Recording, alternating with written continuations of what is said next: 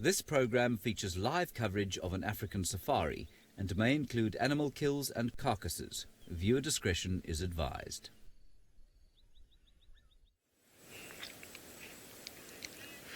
Hello everyone, and a very warm welcome to our sunset game drive coming to you all the way from South Africa in the Greater Kruger National Park. And what a nice start to start with the leopard. This is very exciting, more so for the kids joining us today from the schools. Two schools for the first time. Diamond Springs Elementary from Virginia Beach joining us for the first time. The Cheetahs Primary Academy from Kent, United Kingdom joining us for the first time. And thank you for having Hawthorne Elementary. You have been with us before. You come from Georgia. And thank you for coming to be with us again today. And what a great start to all of you to have a leopard right there. And my name is David. And on the camera is Craig. That's how Craig says hello to kids. And when he goes saying hello to big kids or to the adults, he goes chick, chick. And exciting to have a leopard starting our game drive this afternoon from the Kruger. Now, this is not a bad start. And I had my other friend, James Henry, who saw this Hukumuri leopard this morning and was also spotted yesterday. We have wonderful temperatures. We are talking of about 28 degrees Celsius and 82 degrees Fahrenheit. I am not alone here out on safari today. I am with a gentleman by the name of James Henry and another gentleman by the name of Ralph Castin. But in the meantime, let's go to James Henry to say hello to all of you. Hello everybody, especially those from Diamond Springs Elementary, Treetops Primary Academy in Kent, United Kingdom. Very good to have you with us.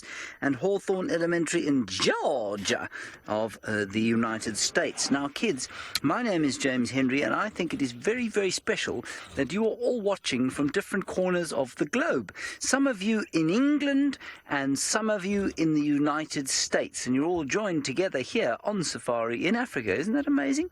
Three very far-flung parts of the world all together for the afternoon. Sebastian is on camera. There are his thumbs. And we are looking at some giraffe. Unfortunately, they seem to have gone into some rather thick bush. We'll see if we can find them. As I tell you, you must ask us as many questions as you can. All you do is ask your teacher. He or she will ask us, and then we'll do our best to answer those questions.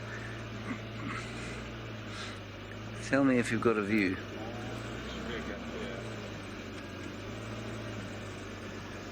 Now we can't get too close to giraffe because they tend to run away from us. Not a great shot. It's probably about as good as we're going to get them at the moment, everybody. There you can see they're moving through the bushes. There's a big bull, which is a male one, and 3 cows, females. Tyler, well, the reason giraffes' legs are so long is the same reason that their necks are so long.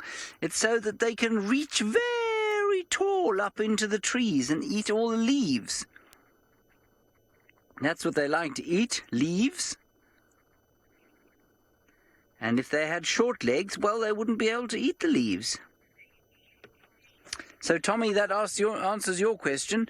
You wanted to know if they eat leaves. Well, yes, they do eat leaves. I'm just going to go a little bit forward. We'll get a slightly better view.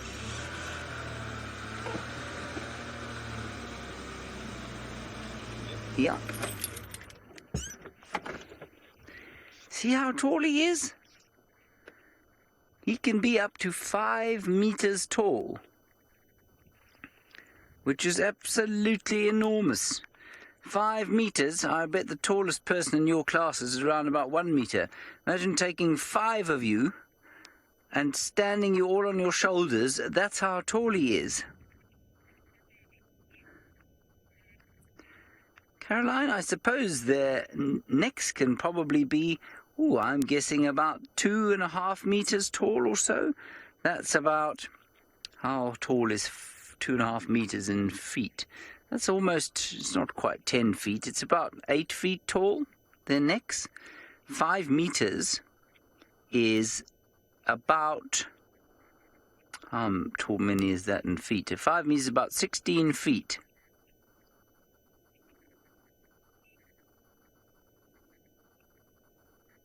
Unbelievably tall, aren't they? Very beautiful animals.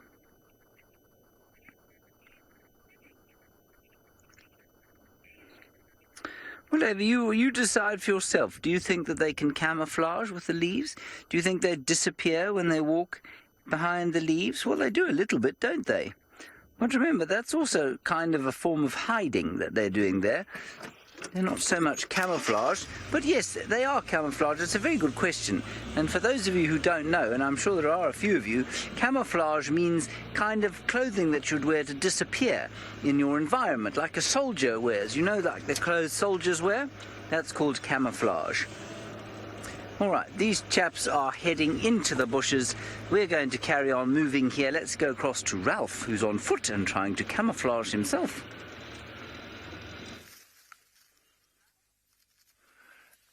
Good afternoon, everybody, and welcome on the afternoon bush walk. My name is Ralph Kirsten, and we've got Senzo on the camera here to help me out looking for tracks this afternoon. Now, please don't forget to send us your questions and your comments on the hashtag Safari Live on Twitter and on the YouTube live chat. Now, what I've done is we got some information that there was a bit of a noise of some crunching just behind camp in this drainage line. So we've come along here and we're just trying to scratch around to see if we can find out what it was that was making the noise around about lunchtime. Now, this drainage line is just behind our camp, right in the central part of Djuma, in the Greater Kruger National Park of South Africa. So this is very exciting. We just want to see if it maybe was a predator crunching on some bones. But, well, we do need to be a little bit careful if we come into drainage lines like this. Now, Amelia, there is a lot of animals in this park. I can tell you that there's over 1,000 different species. We've got over 320 different species. We've got a multitude of different mammals. We've got insects, arthropods. We've got amphibians like the little froggies. We've got all sorts. So for me to say how many animals there are, it's quite difficult to put all those different numbers together. But what I can tell you is that one animal in particular that I'm looking for today is a female leopard that has been hanging around one of the male leopards who made a kill last night. So we're going to try and see if we can get some fresh tracks of her as Senzo tries to make his way through the bushes there. And that male leopard that I was talking about, David has managed to find.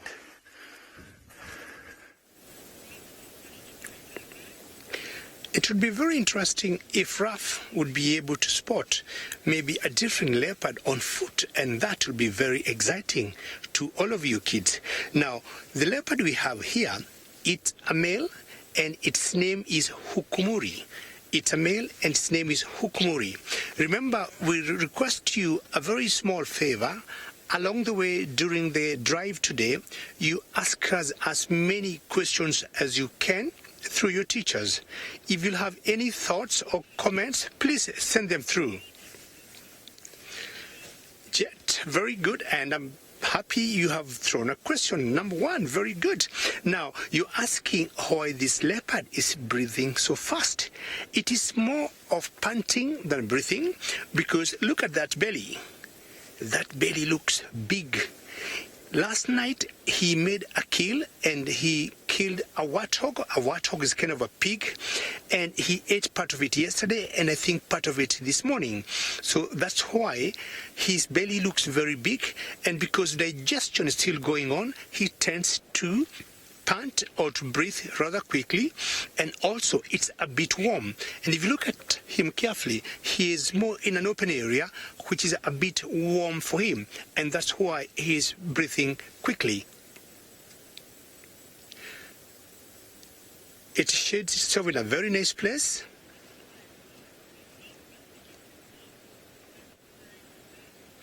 Butterflies drop. The question is, what do leopards eat? Leopards are carnivores, and carnivores are animals that eat meat. So when they hunt, the animals they hunt are called prey, and animals that hunt other animals are called predators. So this particular one last night, it killed a warthog. But also it would hunt other smaller antelopes or different antelopes, for example, an impala or a Thompson gazelle or even a kudu. So ideally, leopards will hunt other animals that are a little smaller in size than themselves. So this one last night brought down a warthog, and that's a very good question.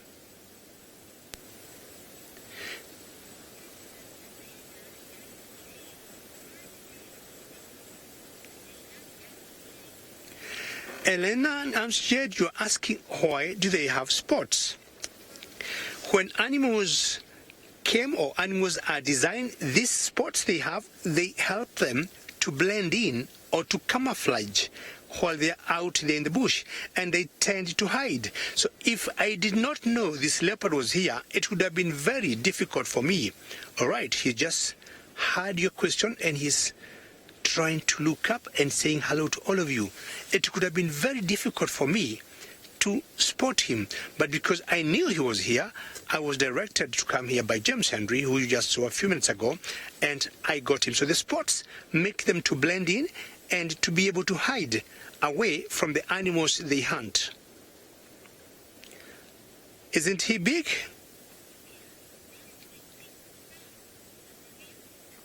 Olivia, you're asking why do they sleep in the grass?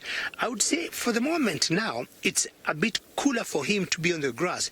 If he would go up on a tree that doesn't have very good shade, it would be very hot for him, and especially because he has eaten. They tend to eat leopards on top of trees. That's a very good yawn. But you would imagine, even yourself, Olivia, if you are belly, you have just eaten a meal, and then you're trying to have a nap or sleep or straight go to bed after eating, it would be a bit uncomfortable. Now, leopards tend to sleep on top of branches when they are up in a tree. So having such a big meal, it would be very comfortable for it, and that's why it chooses to sleep on the grass, which is more comfortable, and it's more, let's say, more of a bigger bed for him than being on top on a branch in a tree.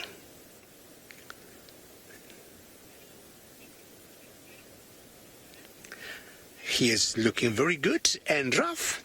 I was just talking about what other animals leopards would eat, and rough has one of them. Oh, look at this, everybody. There is a very big herd of impala here, and there's also quite a lot of zebra with them. They're all clumped together, and they do seem a little bit skittish as well. So, you know, one of my mentors, many moons, many years ago, he always said to me, if you want to find predators, well, you need to watch the prey animals, which is what they're going to be eating. So if you're watching them, you're generally going to be able to find out what's going on with the predators. Now, we're not going to sit and wait for a leopard to come out and hunt one of these impala, because that could take a few days, and we don't have enough time for that. So what we're going to do is we always just move through the bush and we'll watch the prey species, and they're normally the ones that let us know that there's a predator in the vicinity. Now, as I said, a little bit skittish, so I think that there could have been a predator here in the last few hours. So we'll just keep moving along, see if we can find some of those fresh tracks. And, well, there has also been a lot of elephant activity, so they've walked a lot of the tracks flat.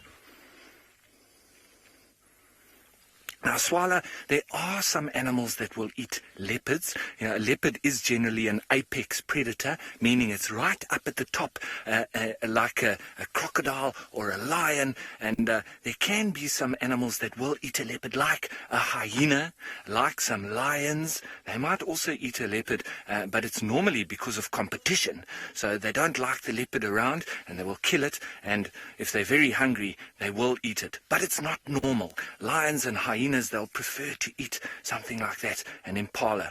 Now remember, I can't get as close to these impala as the guys out on the vehicles, because they're very scared of me on my 2 feet. They know that I'm also dangerous as a human being, so they will run away a lot quicker than the guys out on the vehicle. So we can't get as close as those guys will be able to. Now, they have moved a little bit off from us, but that's all right. We're going to just continue on and move through the bushes here and still keep looking for this female leopard that has been in the area. But, well, while we're doing that and trying to find some more clues, let's head you back to David with the famous Hukamuri.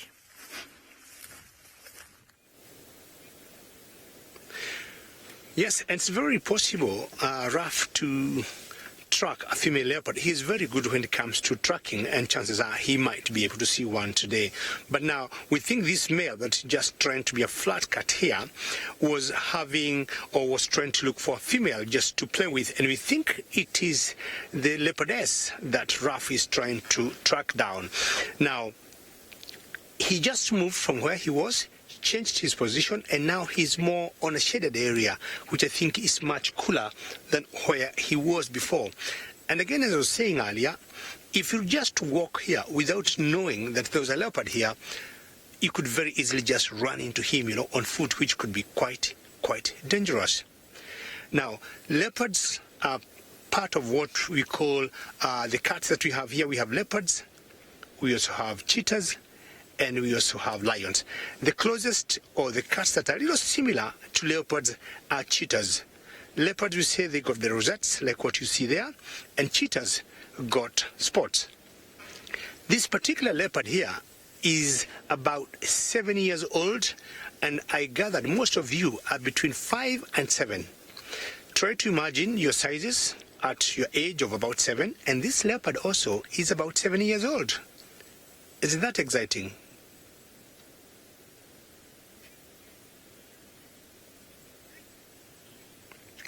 Richard, good question. You're asking, what do leopards drink?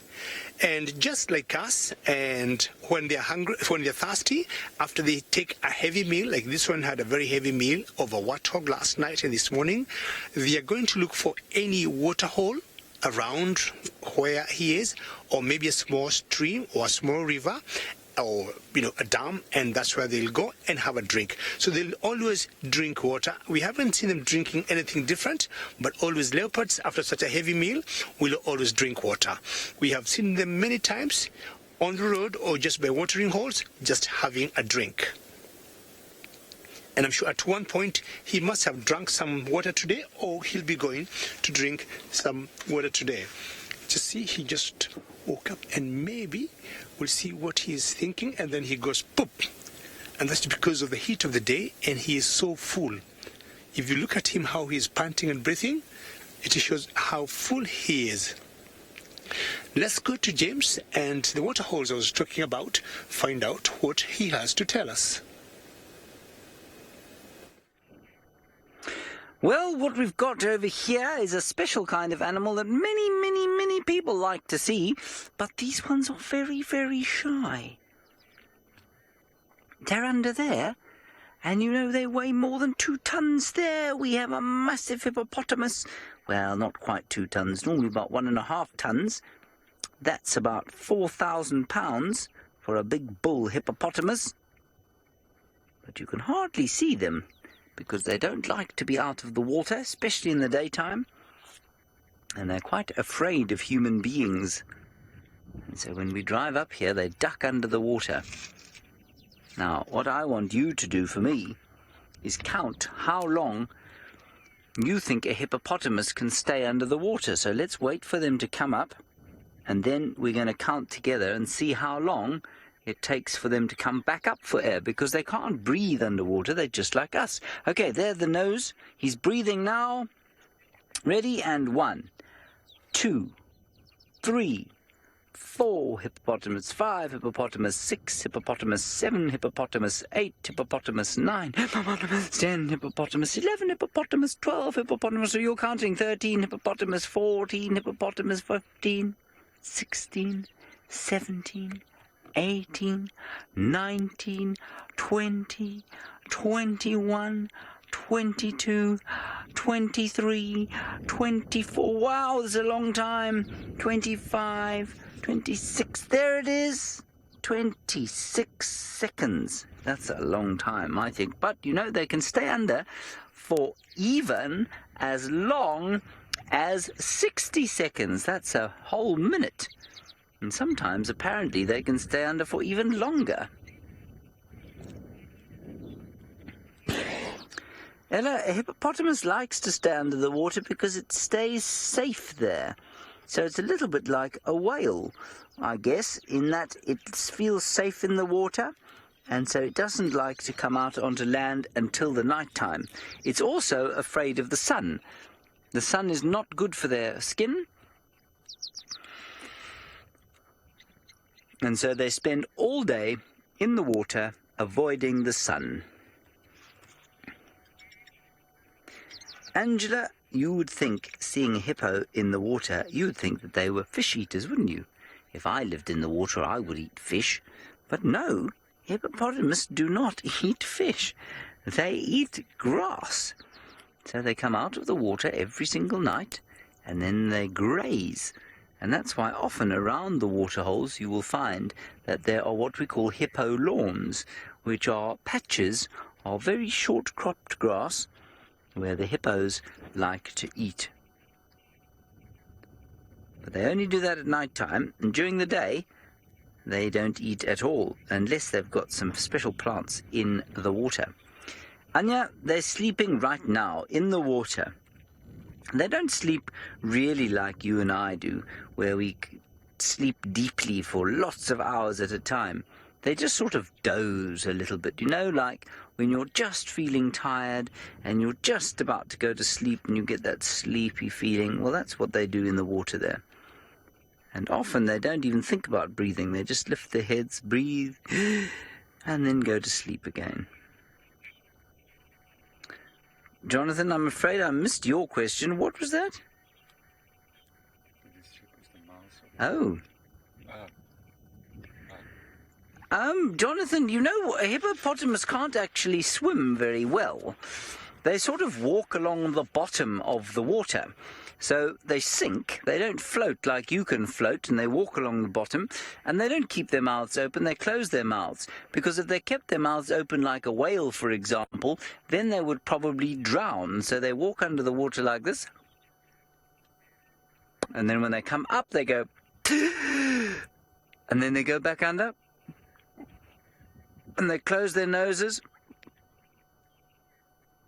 and that's how they stay under the water, so they don't open their mouths under the water at all. All right, I think we better move on from these chaps because they're not doing very much at all.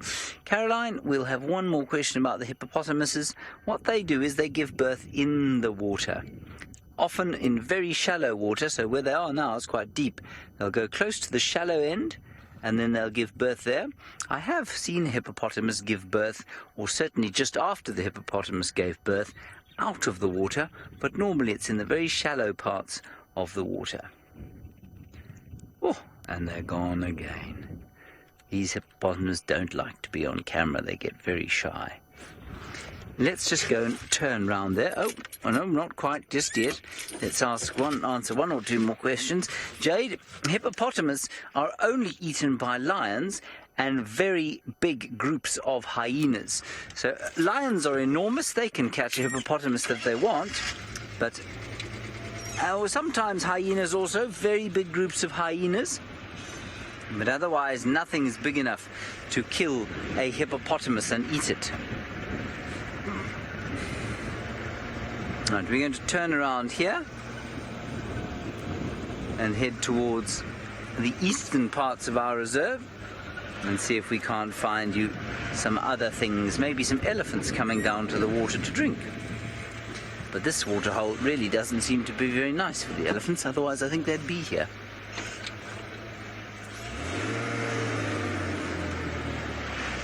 On we go. Alrighty, I can't hear you very well, so let's go across to David, and he's got that lovely big male leopard.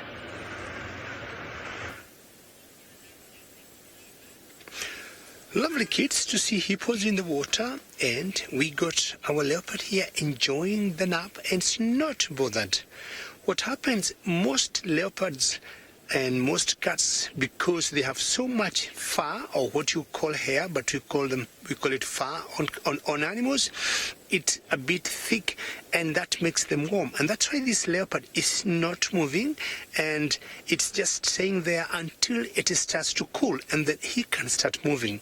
And because he's quite warm now, he may stay there for the next maybe half an hour or 1 hour until it cools down for it to move.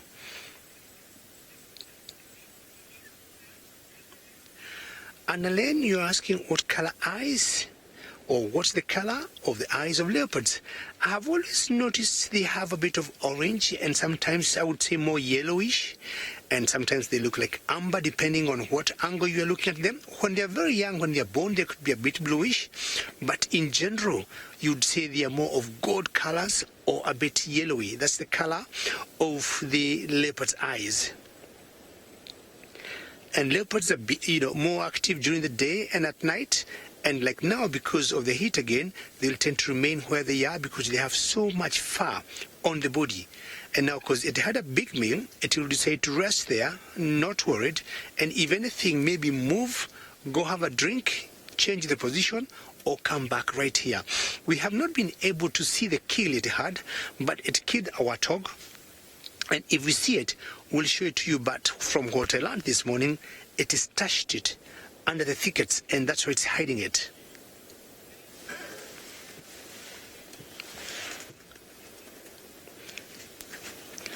Nola and really, you're asking how fast are leopards? Leopards are fast, not fast like the cheetahs, but they can comfortably do a speed of like a small car, and they can do about 60 kilometers per hour. You can imagine, that's like a small car. 60 kilometers per hour, like about say 2 meters per second. And that's how fast they run. But what leopards do, unlike the cheetahs who will go for their food in full speed, running and chasing, leopards are not designed to do that because they got big bodies and they are a bit heavier. So what leopards will do, they will stalk their prey or the animal they want to kill, get very close to it, go closer, go closer, go closer, and then they pounce on it. And unless accidentally or by mistake they miss the animal they're trying to latch down, then they might give a very short chase of say 20 yards or so. And if they don't get it, they'll always give up and leave it. But leopards will always try and pounce on the animal they want to hunt, what we call a prey. Unlike cheetahs, which will give a long chase, and of course cheetahs are a lot faster than leopards. And leopards are very good hunters. And this last night, when one of my colleagues saw this leopard hunt, Taylor, it was so exciting to see him bring down a warthog. And Ralph is still hunting or tracking another leopard. Let's find out how he's doing. Well, yes, everybody, I am looking for leopards, but I'm also stopping for all sorts of different things along the way. And here I've just stopped at a little termite mound because they make nice big holes like this as well, so they can let the hot air out because they've got mushrooms below the surface there that they are actually using to help them digest the grass that they actually like to feed on. But we always have a look inside these little holes because there can be anything from snakes to spiders to mongoose to all sorts of different things. Now, I haven't been able to spot anything just yet, but I'm just investigating as we go along. Oh, there's lots of spiders in there, daddy longlegs. I'm sure that might make some of you a bit scared, but don't worry, we'll have a look at them. And look there. Those daddy longlegs aren't dangerous, but they will help just to keep all the mosquitoes away. So we do like spiders as well because they do help us keep the pests away. And so these ones are very full of them, actually. Lots of spider webs there. And I'm just looking in all the different holes here. Lots of spiders, but not much else. Lots of spiders. There's some... Oh, what's this funny? What's this funny guy here? It's not a crane fly. It's one of those weird little insects that's got a funny little proboscis, that thing in front of his nose. He used that to suck kind of like fruit and all nectar and all sorts of things. But it also looks like he's got so many eyes. Those are called compound eyes because it's not just one eye each. There's tiny little eyes there. I don't know if Senzo will be able to see very close. He's just tried to get close without it flying away. There we go. Getting in nice and close now. Let's see those eyes. That's very interesting. Looks like it's getting ready to fly. So that's a little insect. Now, we don't have too many insects that are active at this time of year because we're heading into winter. So everything is starting to get a little bit quiet at the moment. But that's why we stop and look at any kind of little insect that is around at the moment. Because it's always interesting. Look how he's cleaning his back legs there. Rubbing them together. Quite interesting, hey? Look at that. And he's rubbing his abdomen or the body at the back. Probably cleaning his wings as well. Getting ready to fly. That's a cool little insect, isn't it? As long as he stays away from my face, he's very, very nice. Oh, what's he up to? What are you going to do next? Huh, that's very interesting. Lots of different insects all around, and when we find new ones, I always like to watch them and see what's going on. Okay, well, we are actually still looking for leopards, but like I said, we'll stop for anything interesting along the way. It's always exciting as we go along, and it's nice and hot today. I'm sweating. Now, Ava, leopards will change colour, not like a chameleon, but they will change colour from when they're a little cub to when they're an adult. So when they're a cub, they're a little bit darker than when they are an adult, and that just helps them to get more camouflage. For when mommy leaves them in a little den, she will leave them and she will go off hunting, and then they'll be better camouflaged in that little hole or in the bush when they're young. But when they get older, then they get lighter and they get lots more spots, and so they do look a little bit different as they get older. But they don't change colours like a chameleon can. They're very special, aren't they?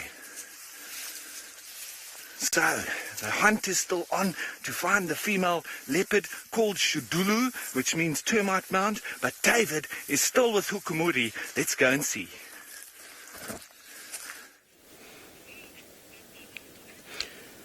This male leopard here, Hukumuri, loves to stay more on the ground and once in a while on top of branches, unlike Shudulu, which likes to climb termite mounds. That's beautiful. You own there. Well done, Hukumuri. And Hukumuri is a local name that means chicken medicine.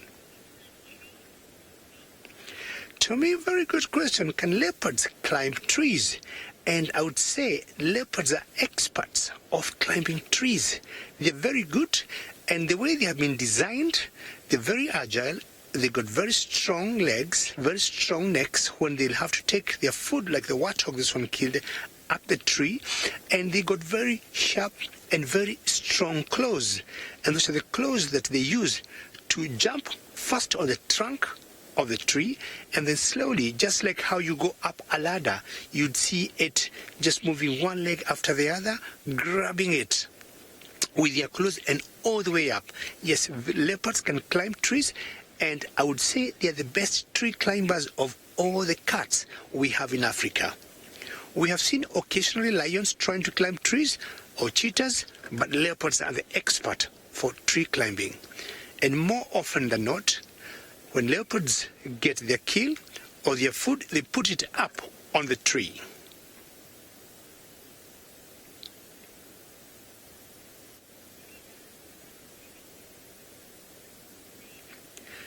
Leila, you'd like to know, does the leopard ever go in water? Yes, leopards go in water. They'll walk through water, and sometimes you can see them even swimming in water. And that happens if they need to chase their food or they need to look for food in water. Apart from the warthog I was saying earlier, this leopard killed yesterday and has still been eating, and also said they also hunt antelopes. Leopards have also been known to eat fish, and they have been known to go in small water holes to look for fish. They also eat other reptiles that are called terrapins. So they will definitely go into water looking for food and walk and, tend to swim, hunting for any food they want in the water. They're very good in water also. We have seen them once in a while just diving in the water and grabbing a fish and out again, and then, just eating it by the edge of the water. And fish is a classical example, or even terrapins. So this is the normal color of this leopard here, and is only one species of leopard. We got other areas in Africa where you see leopards that may look a little different, like, say, a jaguar. And the patterns that you see on that body there, very good job, Craig. They may seem not to have that pattern, and they all look dark, and they look like jaguars or pumas. But apparently, they're the same species. It's just because they are found in very different geographical areas, and they are found in very high elevations. And because it's much colder there, and big trees and big forests and thickets, they tend to have a different hybrid of color to be able to blend in and to hide from the animals they hunt, so that they don't notice or pick them up quickly. But they remain the same type of leopard. And you can see he keeps panting as he is breathing, just because of the heat of the day. Let's find out what James got for you.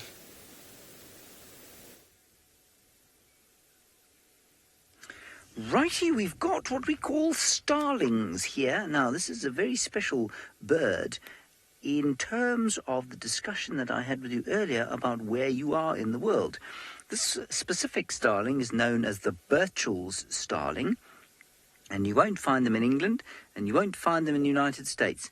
But one bird that you will find in the United States and in England is the European starling. Now, I'm sure many of you have seen them. You probably just call them starlings in England, and in the United States you may call them European starlings or just starlings. And we get them here in South Africa as well, and they all come from England, believe it or not.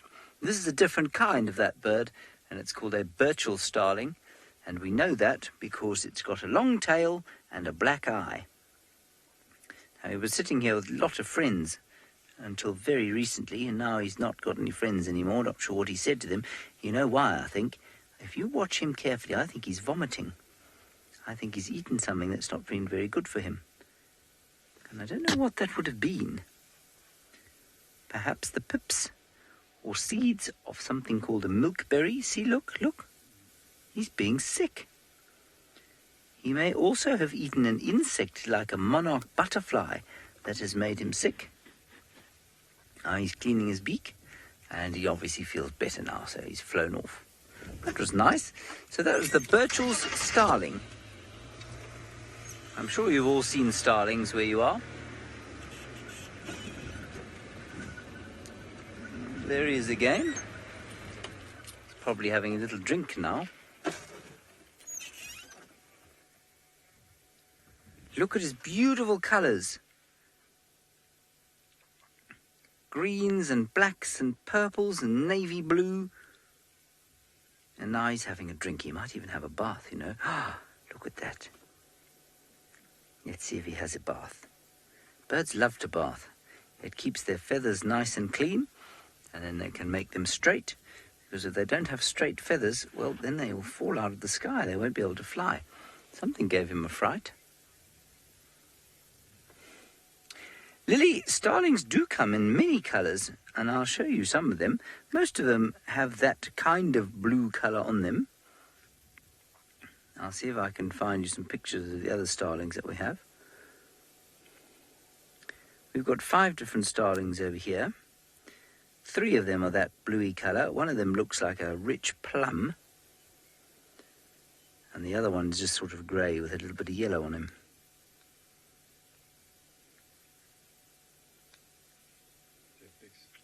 Just about. Lauren, starlings nest in trees. So they nest in tree holes. They don't build nests. Yeah, they just have tree holes And normally then they'll put grass or feathers inside the tree hole. And that makes it comfortable for the little babies. Okay, come and have a look-see here. We have lots of different kinds of birds in South Africa. There they all are. Okay, you can see lots of them are blue. And I'll show you that's a purple one that we get here. He's called a violet-backed starling. Beautiful colours you can see there. And then this is the other one we get here with a yellowish bit on his head. And he is called the Wattle Starling.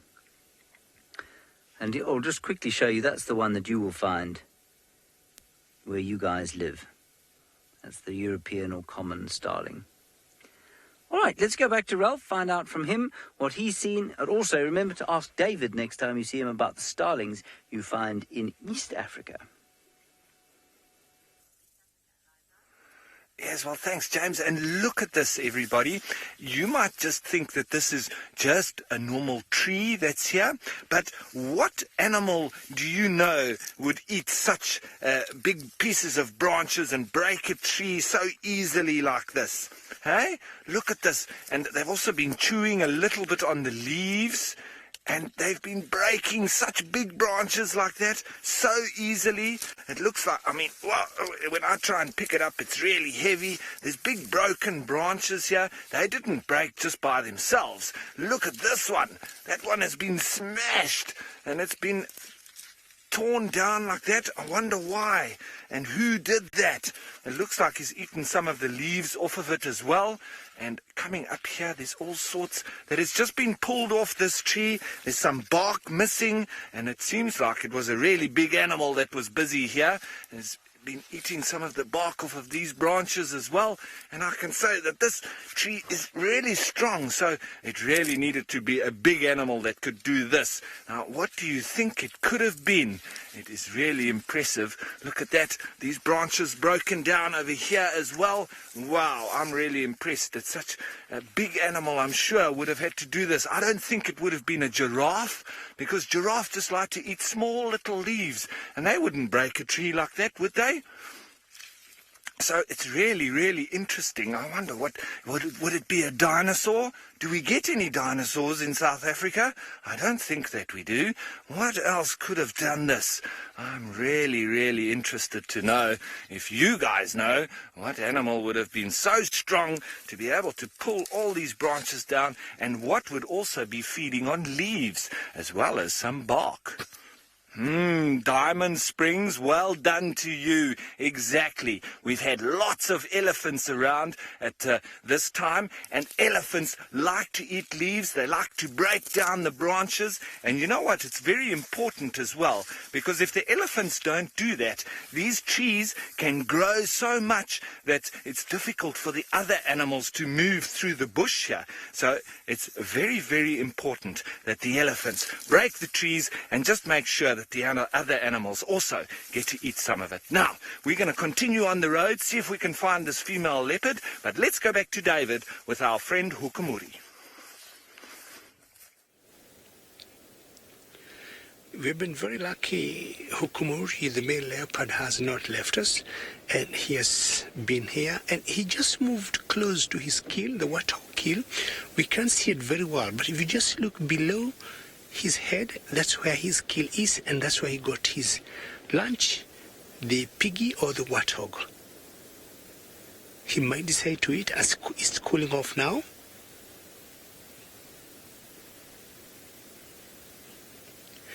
Lacey, good question. Are leopards stronger than humans? Lacey, it depends on how you're looking at that. If you say on lifting things, I think we human beings are much stronger, but if you come to a situation where you have to be involved, say in a fight, and you just surprise a leopard, it could easily kill you. But that's a very good question. But it depends on, are you talking about lifting something or pushing something? I would say human beings are much stronger, but you don't want to find yourself in a situation where you're dealing with a leopard on one-to-one, because they're very swift and they got very sharp and long claws.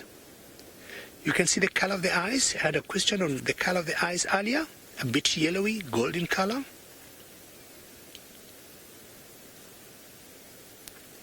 And you can see below his neck he got something or kind of a muscle that you call a dewlap.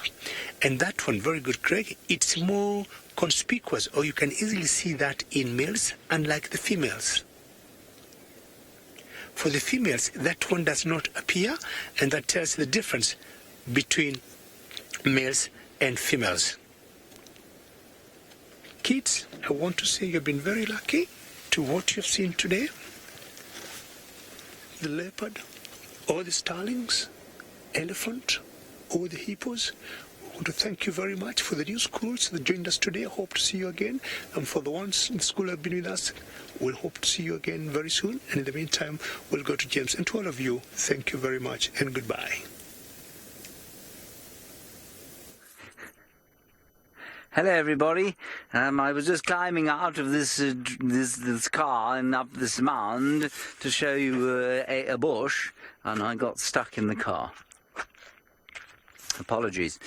Please remember to talk to us now that the children have left us using the hashtag SafariLive on Twitter. Otherwise, the chat stream on YouTube will work just as well. The Final Control ladies will talk to you. They'll send your questions through. I'll do my best to answer them. David will do his best to answer them, as will Ralph. We're on Torchwood.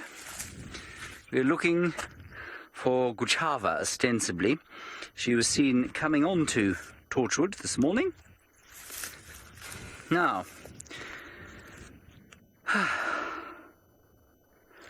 yes, I feel like the king of the castle at the moment.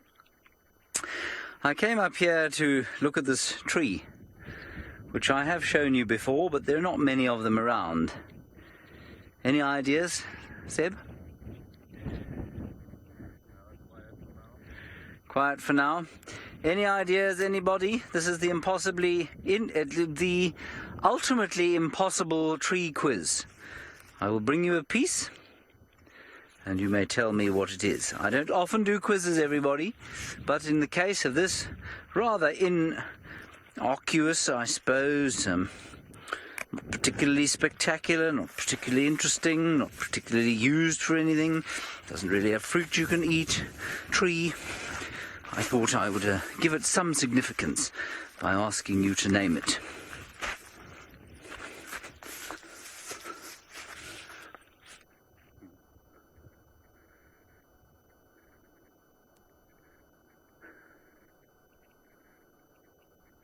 Anybody yet, Seb? No. Quiet for now. Okay, got it. Okay.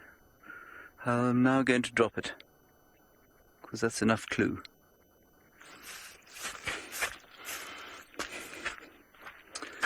Right, so now you can guess what that tree was, everybody. I know many of you are thinking to yourselves, you know, what a spectacular tree, rather see that than Hukumuri any day of the week. And, well, why wouldn't you? Look at it, it's a magnificent thing.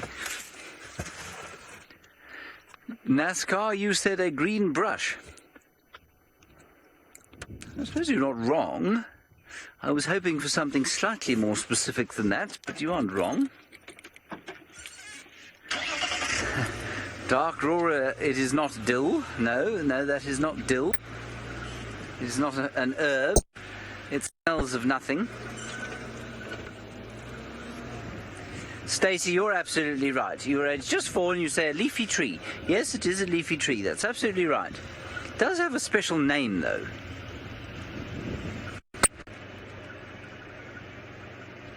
Glenn, you say rosemary? No, it's not rosemary. Oh, I'm quite pleased that none of you have got it just yet.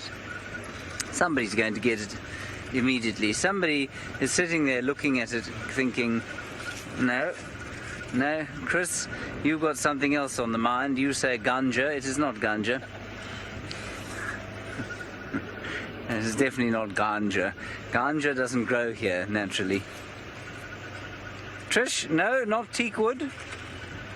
Somebody's sitting there having been asked this question before and not sending it through. Ali, bush willow, no, but does have bush in the name, yes, but not bush willow. I can't believe it. Come on, people. Judy H is going to have to come to your rescue. Our beard, a woody tree. I mean, you lot are being really quite amusing this afternoon. A woody tree. Well, it's sort of woody. Yes, not very woody, but it is woody. It is a tree, and therefore it must be woody.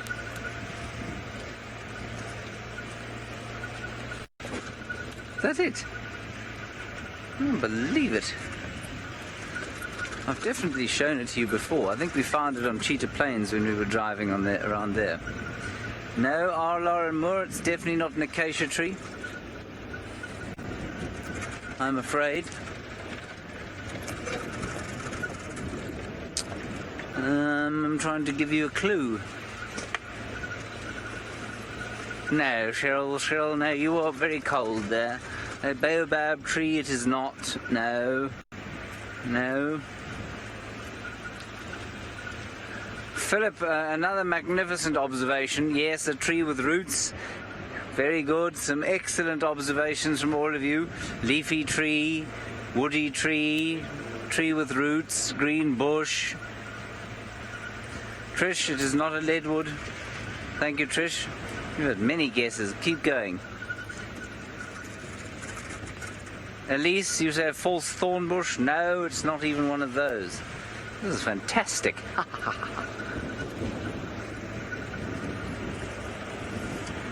I'll give you a clue.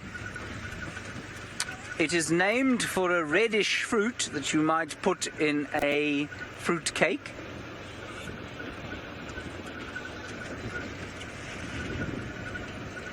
You might even use the name of this fruit in an English saying.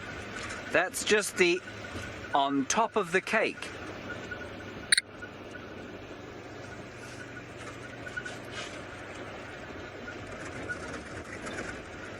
No, Nora, you don't put false marulas on the top of the cake. Well, yeah, I don't. Maybe you do. Benoli, it is not a red bush willow. Come on, people, what do you put on top of a cake? Oh, God, Mike, you say mistletoe? No, mistletoe hangs from trees, doesn't go on termite mounds. No, Eddie, pomegranates? No, I don't put pomegranates on top of cakes. Okay, here we go. Love Free Dog says a cherry bush. Very close. Very close. So cherry, yes, is in the name of the tree. The next clue you need is a word for short. A word for short. No, Linda, not cherry blossom, but cherry, yes. Think of a short cherry. Short cherries, everybody? A short cherry? Minuscule cherry? Cherry bush. Okay, so you can mix those round. Mix those round, not cherry bush, but cherry, yes, but very small one in front. 3 words. Thank you. Here we go. Judy H., I'm afraid you are incorrect. It is a Meirua, but it is not Angolensis. I surely cannot have stumped Judy H. She's on the right genus, though. Meirua angolensis is... No. Curious one, you say bush cherry tree. No, it's we got bush cherry, right? So now we need something in front of bush cherry. Something in front of bush cherry. Yes, Julie, you almost got it, except you left out the bush part. You said it was a dwarf cherry. It's not a dwarf cherry. Hooray! Sydney, a dwarf bush cherry it is. Yes, a dwarf bush cherry. Meirua parvifolia. There we go. Whew. P. Hard, you say a high challenge cherry. It certainly was.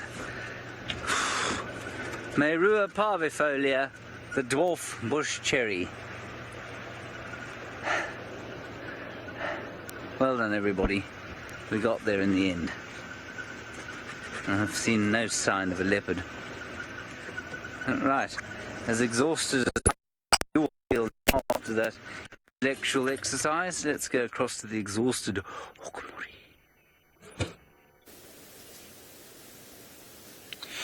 Yes, Hukumuri is getting exhausted, and for those of us who might be joining us now, we got this good-looking leopard, male, and this is Hukumuri. And Hukumuri made a kill last night of a piggy. It brought down a warthog, hoisted it up on a tree, ate part of it, and this morning James Henry found it, but the kill was on the ground. And same spot he was from last night and this morning, around the same area. That's where he is, and his dinner have started early. It's about 4 o'clock here, so I would say that's very early to do dinner, and he is trying to devour the remaining part of the warthog. So this is Hukumuri, and I guess Hukumuri is about 7 years old male leopard. We have been thinking he has been coming a little bit with a scuffle with Tingana, but we haven't seen Tingana lately, so Hukumuri has come in to entertain us from yesterday.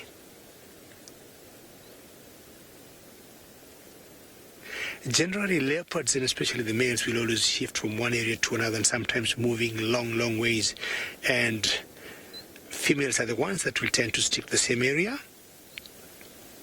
Hukumuri hasn't been seen, I would say, for a couple of weeks, and how nice he has shown up last night and bringing his prowess again of showing how good he is in killing and bringing down prey.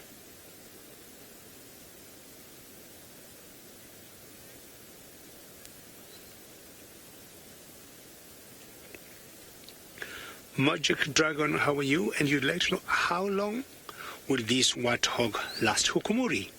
My guess is today he is fine, and tomorrow, part of tomorrow, but the day after, chances are he'll go for more food, Magic Dragon. But remember, these animals will not wait until they get prey. What would happen is, if by any chance an impala or maybe another warthog would pass around, they will definitely go for it. Most cats in general are very opportunistic.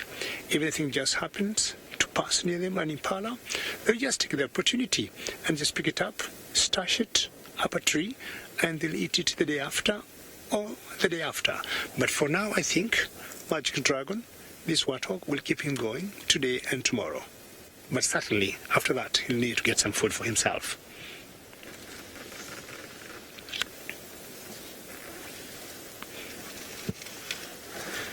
I'm not sure, I'm getting a bit of appetite of thinking of food now as I see him tearing his pork there. And I don't know where my silverware is. I'd be more than happy to taste part of his pork. But the only thing is I like my pork very well done. This is all raw. I like my pork very well done. Not far from where we are, we had some impalas ranting, and, talking of impalas, they also will choose to go for impalas at sometimes. Leopards, let's find out whether, Ralph has the same impalas. Well, I definitely do. Thanks, Dave. Look at this male impala. He's up on top of a termite mound. I wonder if he thinks he's a leopard himself. But we've often seen animals doing that as well, going up on top of a termite mound like a leopard, because it gives them a nice viewpoint from there. And if for any of the regular viewers, when you saw in the Maasai Mara as well, often the topi, they also go and climb up on top of a termite mound. It gives them a nice viewpoint from there. And this particular impala that we're watching is actually looking in the direction of where David is with Hukumuri, the leopard, busy feeding on that warthog. So it's quite interesting. He obviously knows that something's going on. Either that, or he's looking out over his little group of females, maybe trying to spot another male impala that he can go and chase and make lots of noise about. But We have been up in the area where we saw the tracks this morning of Shudulu, and it seems like she's headed back down Vuyatela access, down towards Vuyatela Dam. Now, and I know that we got reports of some of the viewers hearing some alarm calls down near the dam, so we're going to head down there, and it seems there was a leopard moving in that area. Whether it's Shudulu, it remains to be seen. It's either Shudulu, Hosana, maybe even Tingana, but my money's on Shudulu. I'm going to go with that, and we're going to try and get down to Vuyatela Dam, see which leopard it was by the tracks, and take those tracks and see if we can find it. So we're going to leave this impala now, looking out over his domain, over his territory, watching in the direction of Hukumuri, and we're going to head down towards Vuyatela and see if we can pick up on those tracks. I can't wait, because I really can't wait, because I hope with everything that it's Shudulu. I really want to see her again. Now, I hear that James has gone on to our wonderful new traverse out in Torchwood. Let's head over to him. Yes, we're back on Torchwood. Well, not that we left. We did find tracks of a female leopard coming this way out of Cheetah Plains, but there are no further tracks. There were from this morning. They did see her crossing here. This is Kuchava. Anyway, so we're sort of heading in the vague direction of where they went. We might get lucky. We might not. Thank you all for playing the game of the dwarf bush cherry. I'm glad it was so difficult. I'll have to find another difficult one at some stage. The rest of the trees you normally get within 3.5 seconds. Daniel, it is by far and away the longest that I've ever stumped you. So thank you for being stumped. It's most pleasing to me. My heart was filled with joy at the great stumping I achieved.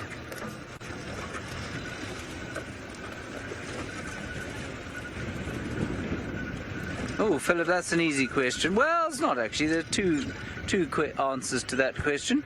The Ziziphus, or buffalo thorn, very unpleasant to run into. But the knob thorn, you know, when you're running along or walking along the bush, in the bush, and you walk into a sapling of a knobthorn, it is deeply, deeply irksome, and it results in swear words, cursing, flinging of things around. I did that yesterday. I managed to kick a knobthorn tree. In fact, I did it today. I showed you the injury. Would you like to see the injury, Sebastian? Do you see? It's unfortunately healed during the day, so it doesn't look quite as dreadful as it once was. But there it is. That was from a knobthorn. Kirsten, just because you're blind, are you wearing your glasses today? It is there. It's very painful for me. You need new glasses then. Those ones don't work. Clearly. A great laceration on my leg from a knobthorn. Now we're driving very slowly here to see if maybe there is a leopard under a bush, or sitting in a tree, hopefully with an impala. That would be nice. But I don't see any more tracks. Anyway, we already have a leopard, so we won't put too much pressure on ourselves. Now there was mention of Hukumuri, not Hukumuri, quarantine male leopard at Biffle's Hook. The leopard in question is on Biffle's Hook. That is the property to the north of Djuma, and so unfortunately nowhere near where we're allowed to go, but he was there this morning even. And so let's see if they don't find him again. I'll keep you posted. I thought that was leopard dung, but it wasn't. It was just a brown piece of stick that looked like leopard dung. Alrighty, while I attempt to catch up with David in his leopard quests, he's already found a leopard, of course.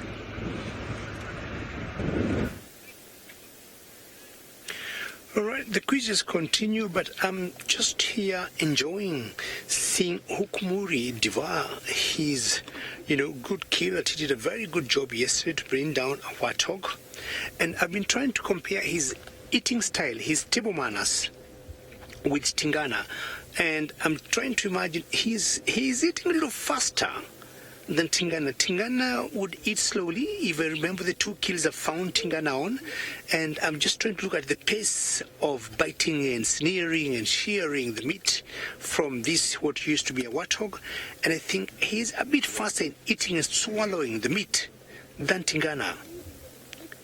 He's also giving himself a very good lipstick as he keeps eating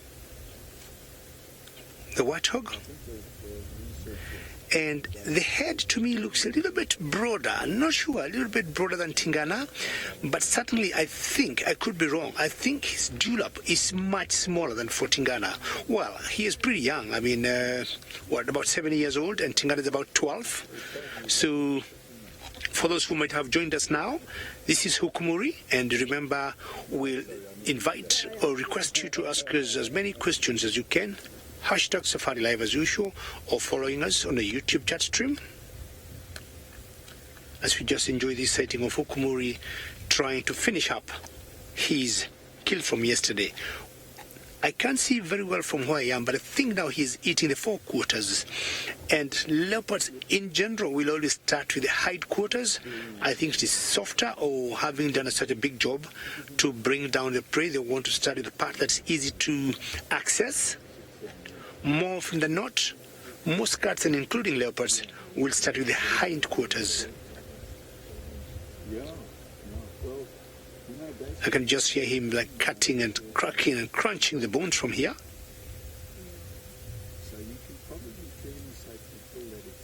And I highly doubt what will be left by the end of the day. He'll have any reason to hoist it on top of a tree. He doesn't have to get it in the tree. It'll be more or less done.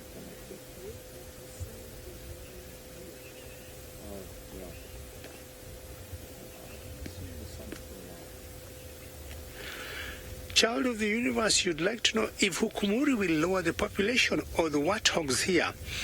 I do not think so, and I think, child of the universe, there's a good balance of what these predators will go for. Very rarely you'll see a predator going for the same kill 2 times of the same species. It would happen, again, as I said, depending on the opportunity that will come along to them. But I think the balance in this area, from what I've seen, it will remain very well, and not a big concern that the numbers of the warthogs or the piggies will go down. I think Hukumuri, most likely next time, he might go for something else. As much as possibly, he might go for another warthog if, it comes by, but chances are he might go for something else. But the numbers of warthogs would remain relatively fine. Quite stable, I would say. I think Hukumuri might tell us who else you might go for. And this particular pig to brought down, it was rather late. It was getting to darkness, and very unusual to see pigs outside that late, and most likely it was coming from the market, and it got late. It couldn't make it home on time. About 7 o'clock, you do not see, leopards bringing down warthogs. About 6:30, most of them are inside the barrows and just waiting to see another bright day. But this particular one was very unlucky. It did not see even the night.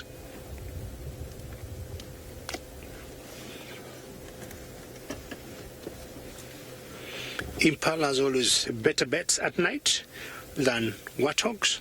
But it was quite something to see Hukumuri. But I have gathered also he's very good in doing what he did last night.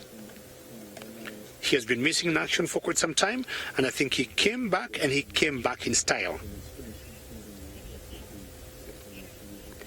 Tracy, you're asking whether Hukumuri will purr as he eats. No, not really. In general, cats and leopards will always purr if they are communicating or calling, other cats, like hyenas. When hyenas make a kill or they bump into a kill, they'll always call each other. Leopards will not do that. So he's just happily eating, and I highly doubt he'd want to share his meal with anybody else. Hyenas are very kind, as much as they have a very complex society, and once they get into a kill, a few will eat very quickly, then start calling others to come and join. Leopards have not been known to do that, and I highly doubt Hukumuri would do that. He has been alone here from yesterday, and I don't think he's inviting anybody. We have seen once in a while, say, females sharing kids with their young ones or sub-adults, but males tend not to share kids with other males. Let's find out what Ruff is doing at the moment. Well, exactly what Senzo is showing you there. We're trying to catch up with the tracks of the leopard that was spotted on the dam cam. And if you were watching the dam cam a minute ago, you would have seen me just go in and check if there was any tracks of a leopard that has gone next to the water. But I also did see a large plated lizard that had just gone down on the other side. And that's actually what I was looking at there. But we're going to hot-foot it onto the other side of Vuyatela Dam here, because it seems that's where the leopard was spotted. And when we came down, we saw those impala over there on that side of the dam. They were all clumped up looking towards the dam itself, and then just up next to the lodge where behind these bushes actually there were a lot of wildebeest, and they were also up on that side. So we obviously, without the information that we got from the viewers, and thank you for that, but we had already eliminated that it had to be on this side because they had all backed up onto that side. So process of elimination.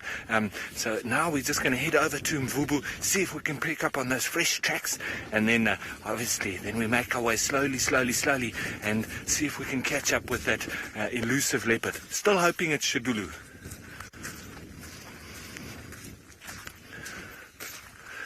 Now, Bullrez, the furthest I've spotted a leopard from was in Etosha National Park, and it was also up in a marula tree, but it was... I'm just listening. There's all sorts of birds calling here, so we're just listening out.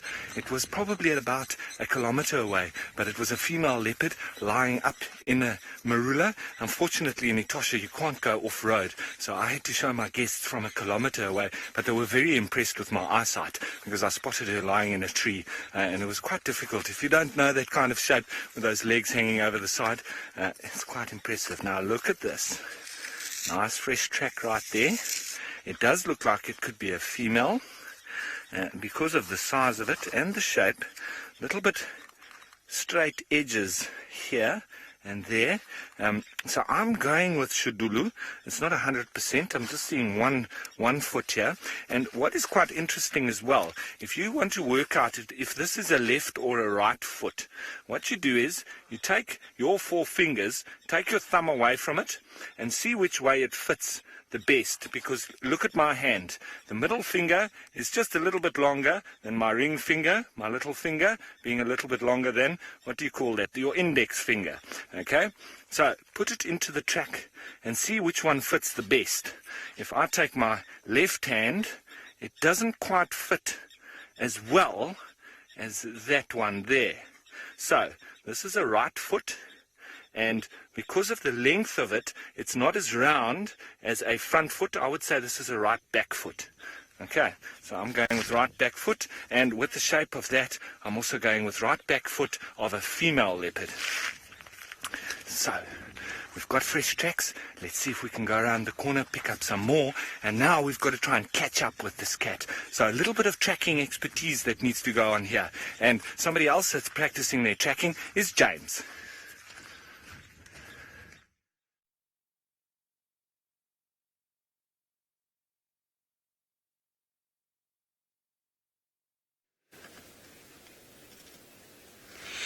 Right, Hukumuri can't stop eating, still enjoying the meal, and I, get tempted, and I think I was answering a question from my child of the universe, if leopards could purr when they're eating, and I highly doubt, to start with, if leopards do purr.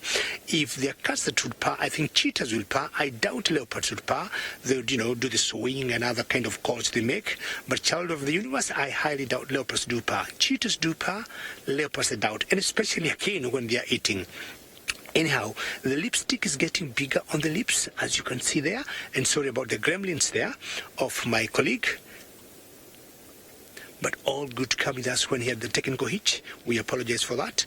And Hukumuri is trying to show us how good he is on his eating. Just crunching the bones.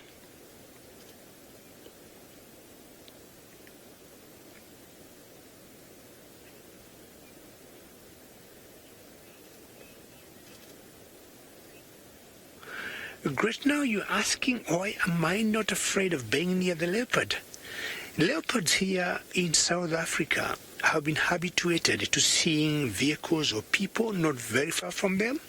People and vehicles which I would say have behaved very well, have not invaded their space and getting very close to them. But I can tell you, we got a great camera that makes it look like we are so close. Either way, we are not very far from Hukumuri, where he is eating from, but it's more of the good artistic work that's being done by Craig. Otherwise, they have been habituated to seeing people close by, like where I am. If you look carefully, my car doesn't even have a door. I think you can see my knee there. But again, if you look at Hukumuri, he's just enjoying his meal and he's not worried. So long as we behave well, we don't keep moving a lot, our body language doesn't keep changing, he's just enjoying his meal there.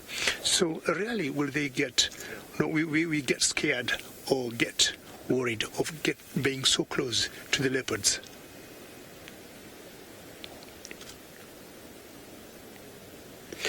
But the ball game would be very different if I was on foot. But so long as I remain this big diesel-smelling machine, he is perfectly fine where he is. I stand up, for example, now, he'll see the vehicle has changed, everything looks deformed, and he'll be curious and to see his face, will snarl, or his body language will be a little bit aggressive. But we tend to remain in the same position we've been. If anything, just the cameraman Craig will move his camera lens from one side to the other, and that's it. Will not be too loud, so he tends to be very comfortable with that.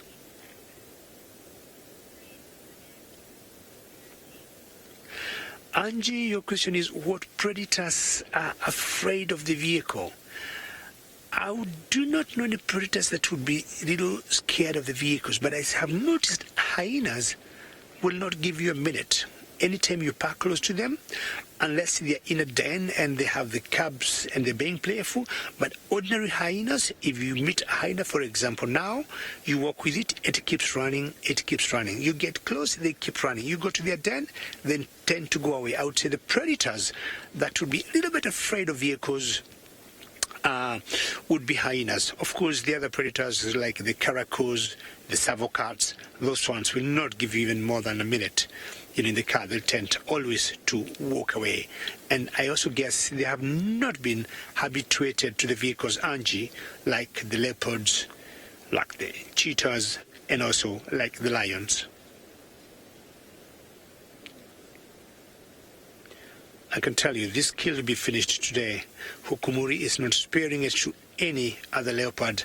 And if the hyenas come here, I doubt they'll get anything of substance. Maybe just the tusks, or the teeth, or maybe the skull. You can see the size of neck. I still want to believe the neck area, the head area, he is much stockier than Tingana. But the dewlap is much smaller than Tingana. I mean, that's my own feeling. I could be wrong. And he eats much more quickly than Tingana. He hasn't had a pause from when he started eating. He's been going and going and going. But you see, Tingana will eat, have a few bites, pause, look around, and then continue eating. But Hukumuri here has been, non-stop. Ideally, also, he knows from yesterday, he wants also to make sure he eats his meal when it's still quite fresh. He doesn't want it to have maggots or to start getting smelly. And of course, ruling out him hoisting it on top of a tree, he has to do what he can now. And if, for example, hyenas might pick up what is left. Anything 3, 4, 5 hyenas would easily intimidate Hukumuri, and he'll let the kill go. But I'm sure he's thinking before that happens, he'll get the best out of it.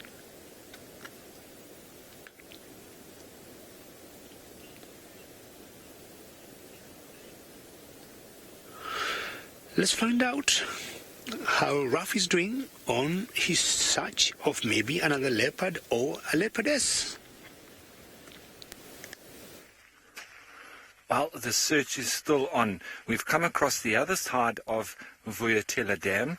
We got some tracks of that cat, seemingly a female, that's headed along the road, but then seemed to cut in to this block. Now, my impression is that it's Shudulu. So the feeling is that Shudulu, she does like to come onto the road. She likes to go off the road a little bit. So what we've done is Rex has just gone off the road where we saw her tracks leading off. And I've just now continued along the road to see if she hasn't exited, and then we can catch up with her. But look at this big pile of poo here.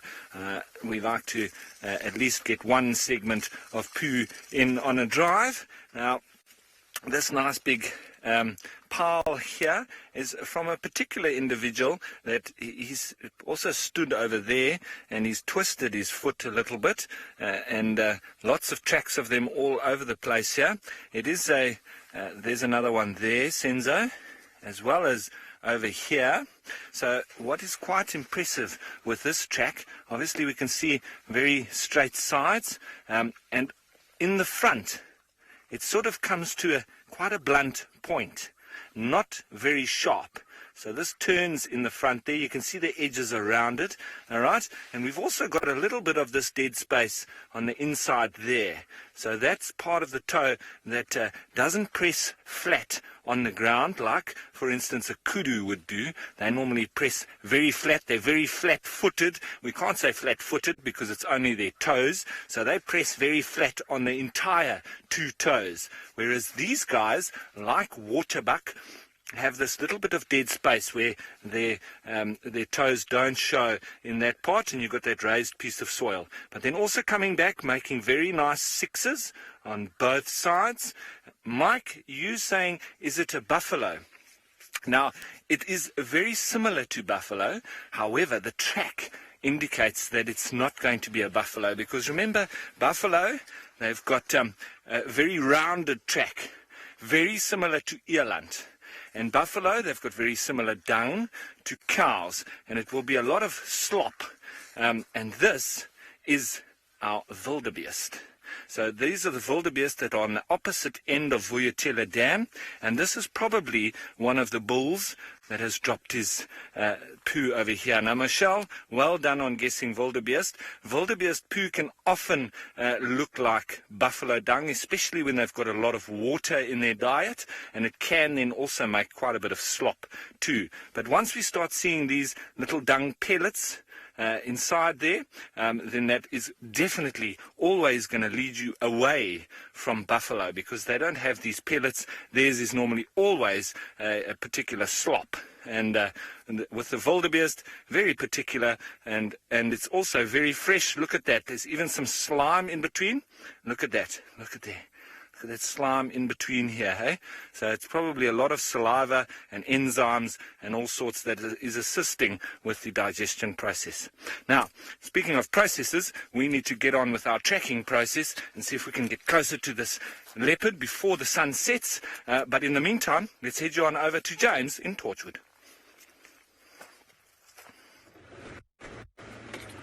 Hello, everybody. We have found some impala, believe it or not. Our cup runneth over. We have magnificently skilled ourselves into a position to see the most common antelope in all of the Greater Kruger National Park, an impala. We've just left Torchwood. We've heard that there are some elephants down towards Chitwa Waterhole, so we'll pop down there and see if we can't see them. Slightly unsuccessful sojourn onto Torchwood, but that's okay. We did have a boon time there for the first little while. We might go back and see what else we can find as the sun goes down. Gorgeous light there. The young young impala in amongst the greying or browning, coppering grass.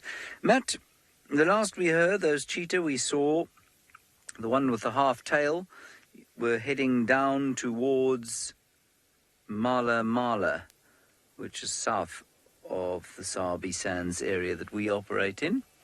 It was part of the Sabi Sands, it is not anymore. I'm going to move because we're about to be run down like mangy hounds.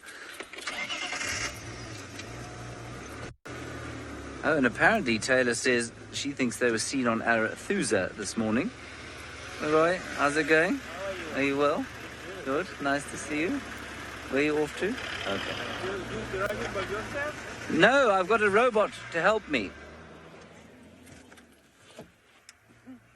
He said, are you driving by yourself? Oh, he meant, am I driving alone? Which is equally ridiculous because, of course, Sebastian is sitting behind me. Anyway, Taylor, who seems to have her finger on the pulse of the Bush Telegraph here, says that they were seen on the Arathusa, which is west of Juma today. So I don't know. I hadn't heard about that. So maybe they'll come back this way. It would be wonderful to spend a bit more time with them. But I think they'll probably check out... Basically, they'll check out all the areas where there are clearings and probably go back towards Buffelshoek where they were, from whence they came. And Stacey, no, I'm afraid there is no word on the young male leopard, our very favourite Hosanna. It would seem that his dispersal is now, if not complete, certainly in full flow. He has left the disputed territories of his natal homeland and pressed on, as they say. Now, when we talk about distance, these are young male impala, by the way. I'm not talking about them when I talk about our favourite young males. I'm talking about Hosanna, the male leopard. He's about 2.5 now, or just under 2.5. Interestingly, when we talk about male leopards and dispersal, Hukumuri has moved massive distances, end to end, more than 100 kilometers as the crow flies. So that's a huge distance. I mean, that's absolutely astounding. So Hosanna could easily do exactly what Hukumuri's done and end up wandering really, really far. And we may never hear of him again, as we didn't hear of Sindile again, and same goes with Tumba. Now, David, I believe, has become frustrated with the indolence of Hukumuri and has gone in search of something else.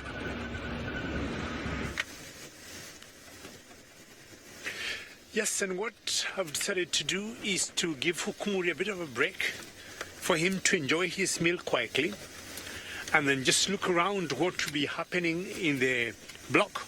Occasionally we have had, the one female leopardess that lives around this area, Shidulu, has been trying to get a male to flirt with, and if anybody, my guess or guess is Hukumuri. And when we follow the tracks once in a while on the road, we have seen both male and female tracks together, and you have been guessing most likely the one set of tracks, the female ones, could be of Shidulu, and maybe the male, for this case, would be Hukumuri. And that's a very big possibility. And if that's the case, she could be hanging anywhere around here. Today in the morning, Raf almost came very close to finding her, but they were not lucky. But they saw what sometimes they call, or we call, steaming tracks, meaning she was just somewhere within this block. So what we're trying to do is to just loop around here and find out if we could see her. And if that could be the case, she would maybe be trying to look for a male to flirt with, and that could be Hukumuri for this matter. And then after some time, we'll go back to Hukumuri and find out whether he has finished his dinner.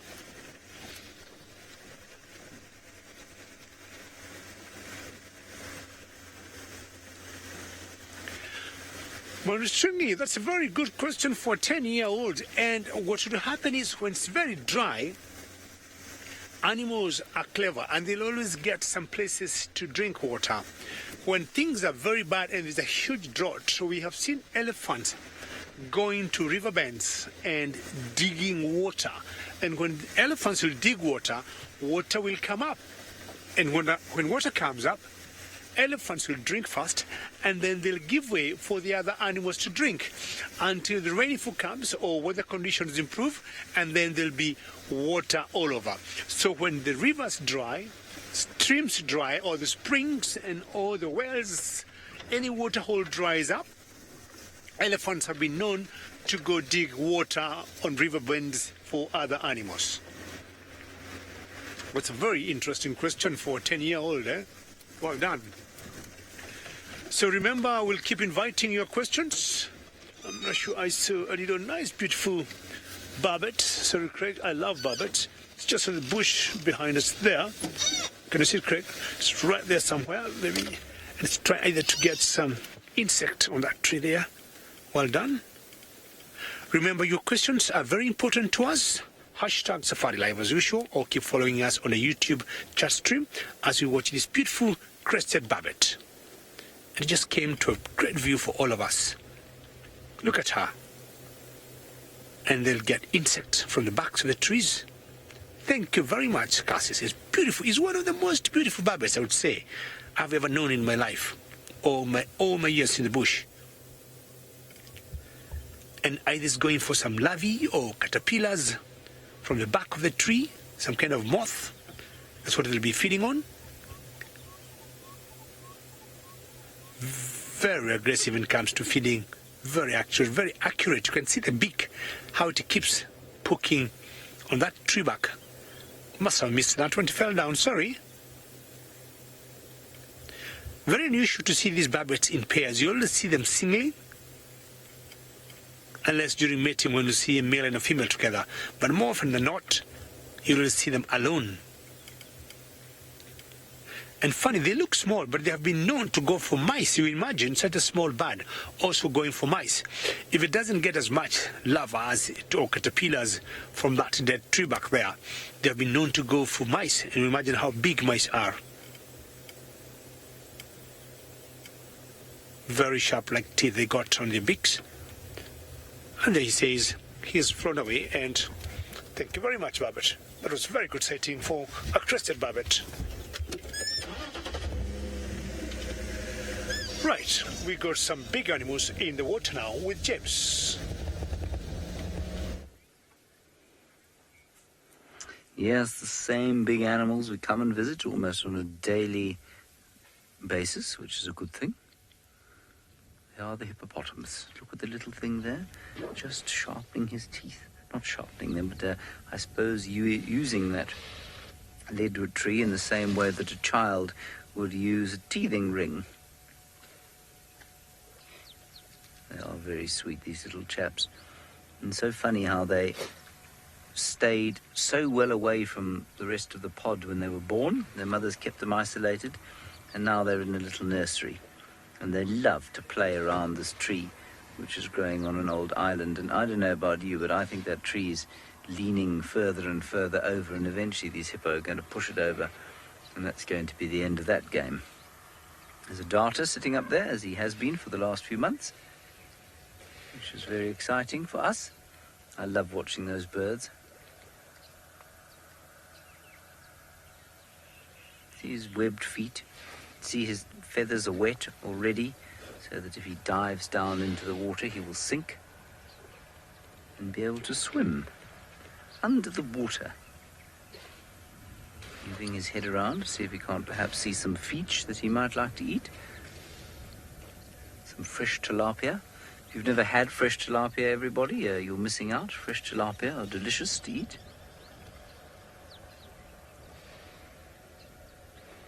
Oh, and he's just having an enormous dump. Wonderful. That really is spectacular.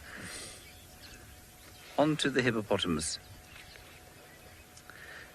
Ladybird, if I was to ask these hippos anything, I would say, what does it feel like to have a darter defecate on your head? In fact, it's probably not what I would ask. I don't know what I'd ask them. I suppose I'd ask them what their greatest fear was, being as big as they are. Also, I'd ask them, don't you get cold in the water? Because I get very cold when I'm in the water for too long. Obviously they don't. And then I'd ask, do you really never eat fish? These things are too sweet. Look at them. They're so funny when they open their mouths and they don't have their great big canines yet. Little teething ring.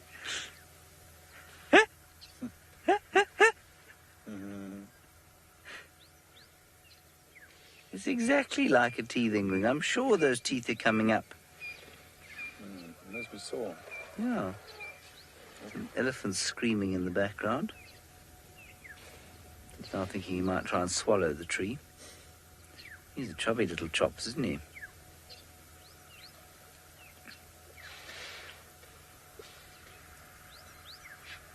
They have the folds at the back of their necks there. And make them look like sort of staffies or children that have eaten far too much.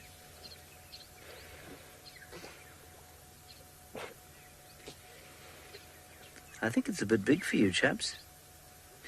I would encourage you all now to go to YouTube and search for Trump advert South Africa 80s. Trump advert South Africa 80s, and you'll see a little cartoon of hippopotamus trying to eat chocolates, and it looks very much like these hippos trying to bite onto this tree. I missed the name there, Kirsty, but yes, there is a certain amount of dispersal that goes on when hippopotamus get bigger. Oh, Ghost Chooser, that's an interesting name. Ghost Chooser, the bull hippos will have to eventually move out of their natal area. I suppose in an enormous waterhole like this, you know, it's possible that there could be two dominant bulls operating two different pods. But I think it's probably one pod. Youngsters here, whole lot of adults way the other side there. And young bulls in a small bachelor group somewhere around here, eventually they'll get big. And they'll decide that it's time for them to find themselves some wives, and then they'll have to move on. And most likely they'll go down towards the Sand River. And if that's no good, they'll continue down to the Sabi River.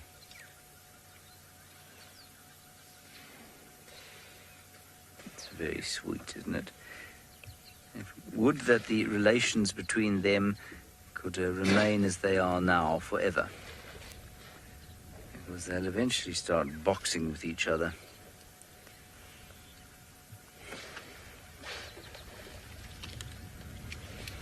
Jordan, no, I haven't witnessed a hippo being born. In fact, I've seldom witnessed anything being born. I think the only thing I've seen being born is a zebra. That's right. It's a zebra. So I'm afraid I've never seen a hippopotamus being born. I've seen an elephant just after birth, plenty of impalas just after birth as well.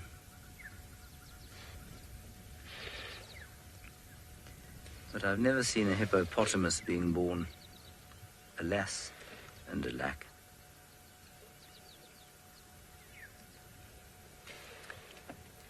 I think we might have a little search in old Hosanna's haunt around the corner there. Kristen, they have no real choice. They do have to eat dry grass in the wintertime, but the other thing that they'll eat is elephant dung. Elephants, of course, digest very little of what they eat, and so in their dung is quite a lot of nutrition, and hippopotami will from time to time sample elephant dung for dinner, which I don't think is very delicious at all, but, you know, sometimes needs must. Seb, there's a hippo out the water on the other side there. It's quite unusual at this time of the day. He's just coming out of Chitwa camp, where he's obviously been having a high tea, which is very nice. He's now a little panicked because there's a tractor coming the other way. And I think he's a bit nervous of the wires there. Anyway, the tractor's going away now. Tractor's just doing a bit of road maintenance. There he comes, through the thickets. Now, I would have thought that those wires were supposed to keep him out. But clearly he has not read that memo.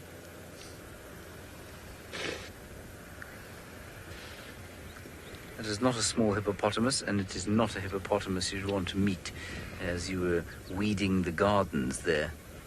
Not that it looks like there's much weeding going on there. Or taking the laundry back to one of the rooms, for example.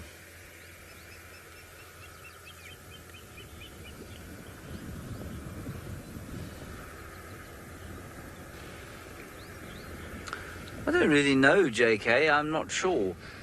In the same way that I don't think Hosanna necessarily knows where he's going to disperse to. He just starts wandering about. I'm sure a hippopotamus that is so dependent on water must be able to smell water at a significant distance. Because obviously, if they are water dependent, they would need to be able to find it. That said, you know, I mean, in a natural system, this is relatively natural, but I mean, obviously I'm sitting on a dam wall here, so it's dammed water. In a natural system, they'd be on rivers. And so I guess they'd just move further down the river. I'm not sure that they'd necessarily try and find another river. They'd just go up or downstream and see if they could find a spot there. For example, those hippo in the Mara, great example, thousands of them all down the Mara River. I don't think the bulls move away from the water to try and find other water. You know, they'll just kind of go up or downstream. The little nursery is having a huge amount of fun in the shallows. Nobody telling them when they should sleep and when they shouldn't sleep, when they should eat and when they shouldn't eat. Just kind of all works.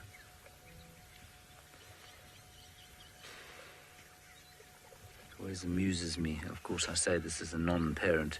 It always amuses me to watch young parents especially trying to prevail upon their children to do the right things, get bathed at the right time, go to bed at the right time, eat the right things at the right time, and yet somehow the entire animal kingdom survives without any of that sort of thing.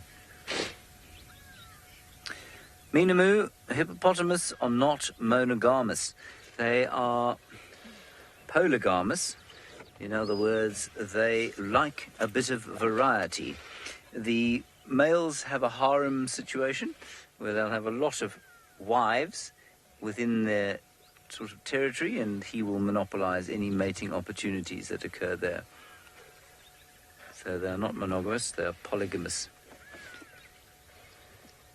And that's why there's quite a lot of fighting, you see, because the bulls, therefore, are sometimes short on wives because they're not one-on-one.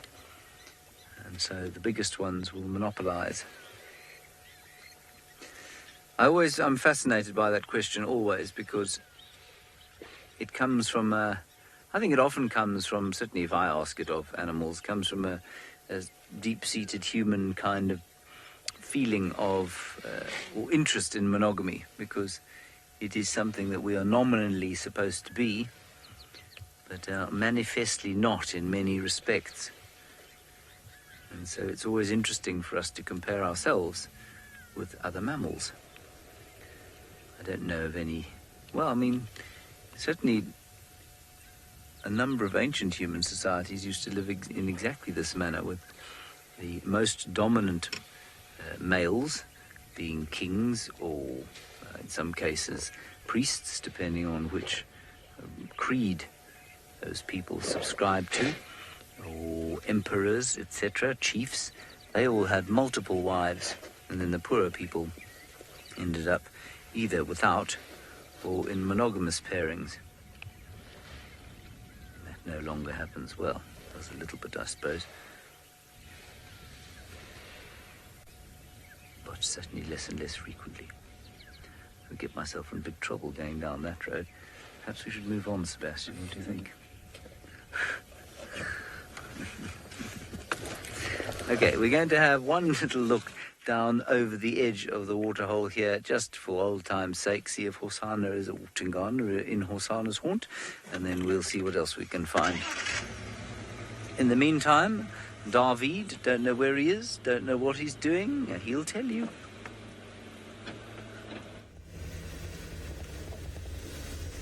Well, what I've been trying to do is to see whether we could sneak on the Janet Jackson, and I heard the other day she got some youngsters, and that's the hole, and we don't see anybody at home now.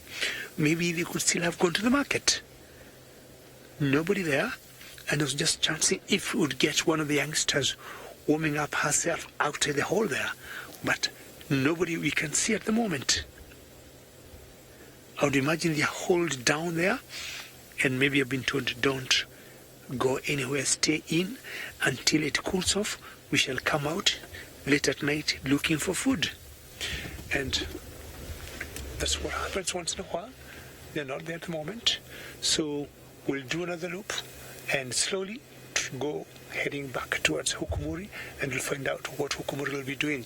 Or maybe if you get another 1 minute, we might swing by here. Maybe they tend to come out more at night, being more nocturnal than diurnal animals. So we'll see what will happen later. But let's just back up a little bit and go back, looking for any other thing we might see on the way. I've also been trying to get some berries, some magic guari berries, and what I want to do is to make something for James, because today is his anniversary. I'm trying to think I might make him some nice ice cream tonight, or some nice milkshake. This is his 3rd anniversary, I gathered, and I'm looking for magic guari or natal guari bush, and pick a few berries and I take home and make some nice drink. Okay. Nothing there. Let's go home now. Let's go. Okay. And Ruff is looking on a truck. Let's get to Ruff now. Oh, we're not looking on a track. I'm just trying to entice one of our little 5 here to give us a little bit of a show. He did show us a minute ago, but he might realize that... Oh, there he is. There he is. Just watch as he flicks the sand up. And I don't want to bother him too much. There we go. See how he's throwing the sand up? This is one of the little antline larvae. There we go. See how he throws the sand up? And that would be an aid to knock the little insect down. And there comes an ant itself, but it looks too small to be able to get caught by this little antline larva in his conical pint trap. See, as I knock the sand down there again, he will just throw it up. And I'm not too worried that I'm disturbing him too much, because with very little effort, they get their conical pit trap going again. So I like to just show that that's how they work. And I've shown many times the different chambers that these little antline larvae do have. They sit with 2 chambers. He's sitting in the first one, and when he throws that sand up like that, he'll be getting those little insects knocked down right to where he is, and his hollow pincers that he then grabs onto that insect and pulls it down into the chamber that he's in.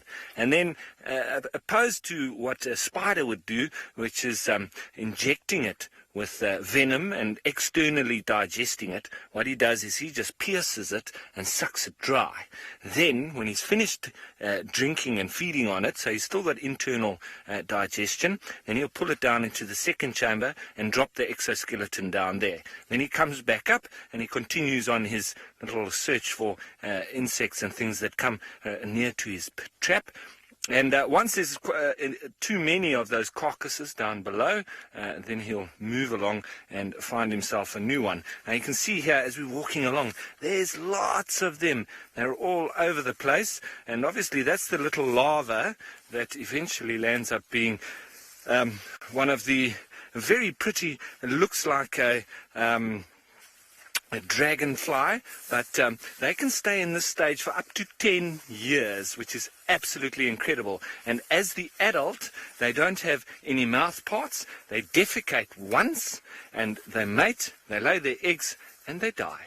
So a very quick process once they are the adult, but many years as the little antline larva. Now, we've been given a little bit of a runaround by this leopard. That's one of the reasons why they are one of the most difficult animals to track, because they often turn around Now, Larry, antlions, they don't have a dewlap. No, they are a tiny little insect, and as I said, a very fat little abdomen with these pincers, and no dewlap whatsoever. They've got their little legs, and they'll just move around underneath the soil, and then obviously, as the adult, they're just flying around. And that's it. So remember the little five? What is it? It's the antlion larva, or the antlion. We've got the rhino beetle. We've got the four-toed elephant shrew. We've got the red-billed buffalo weaver. And which one am I missing? The leopard tortoise.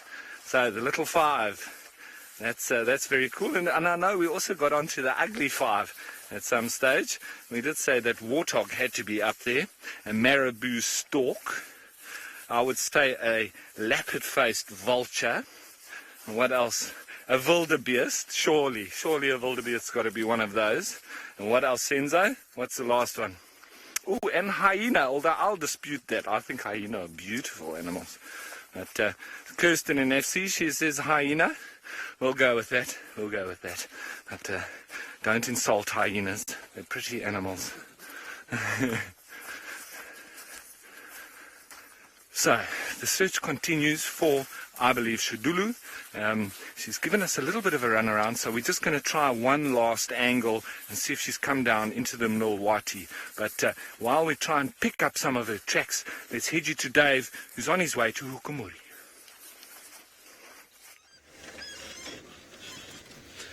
Well, Ralph, don't give up on Shidulu. It could be the time you're saying you're done, she might show up. And, you know, you're talking of the ugly five, the little five. I would want us to hear someone talking of the beautiful five, you know. We have always heard of the big five for many years in Africa, but now with the little five, you know, and the ugly five, I would want someone come up, maybe in the next few days. Not sure to say with the deadly five, but I would like to hear of the ugly five, you know. Or rather, oops, that's a Cocky Franklin. See that one there? Oh, my apologies. There's a Franklin there, which I haven't seen of late, and I think that's a Cocky Franklin. Some of the little birds that are always very vocal and very good when they lead us to predators. The one that had a real bright yellow neck, that was the male, and I would guess that was the female. And as usual, feeding on seeds there. You could sometimes mix them with the crested francolins, but these are the cocky francolins, pulling seeds from the grass as they feed, just like how you'd see the guinea fowls feeding also on the grass seeds. But these are much smaller and they tend to disappear under the grass. Leopards love them. I've seen Shidulu chasing one of them, though she was not very successful. But they're very easy to pounce on because they are so low and under the grass. And maybe will easily miss to be, you know, spotted by the leopards. And let's keep searching. Thank you for the Cocky Francolins. Have not seen you for quite some time. And yes, I was talking of the little five and big five, the ugly five. It's time, I think, now we come with the beautiful five. And I do not know where we'll start when we start talking of the beautiful five animals. And I think that's going to be a very tall order. We might have to ask all the guides, each one of them, to come with one of the beautiful five and explain why she or he thinks it should fall in that category of the beautiful five. I have no idea where I would start. All animals to me look beautiful, so I do not know. Talking of little five, that makes a lot of sense. The big five makes a lot of sense. It could be very easy to work the deadly five. That could make a lot of sense. And maybe have another category of the five shy, or the shy five.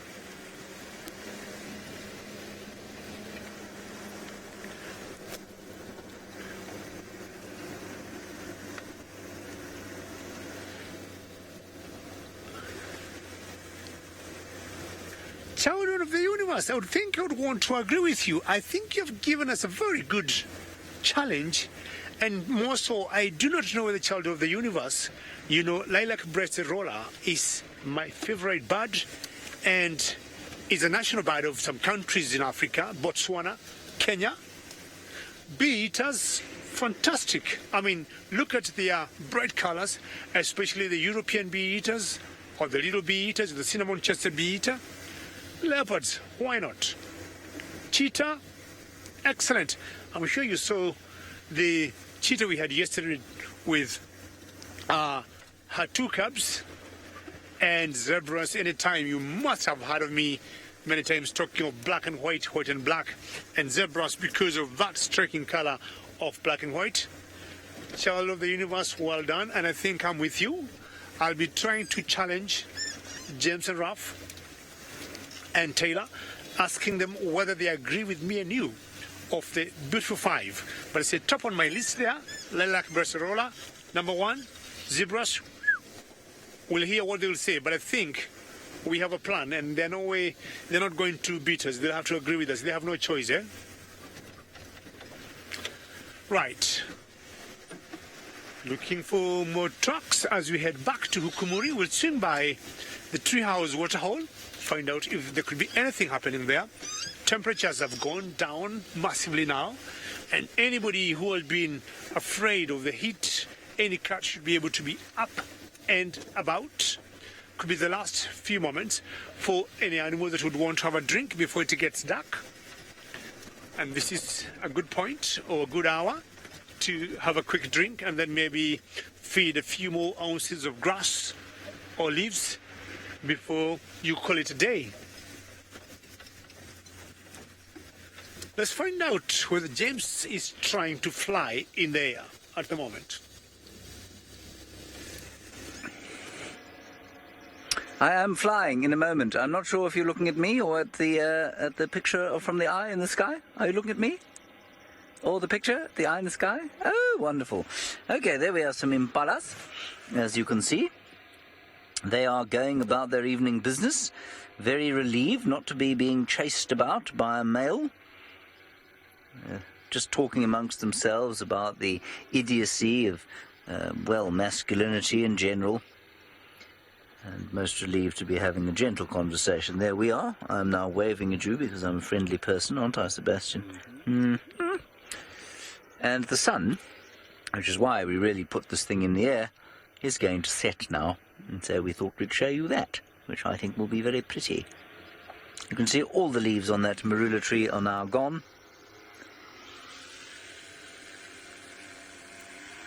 All right, let's have a look at the sun set if that's possible. Isn't that marvellous? There's even a little starling knocking about on the tree there.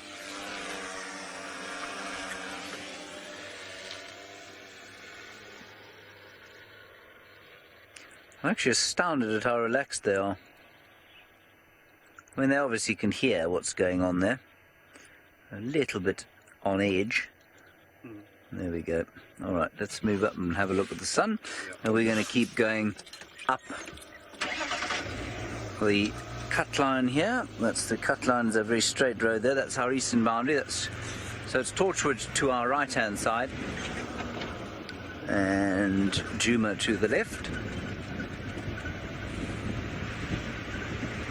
So we're going up the eastern boundary, looking at the marvellous sunset.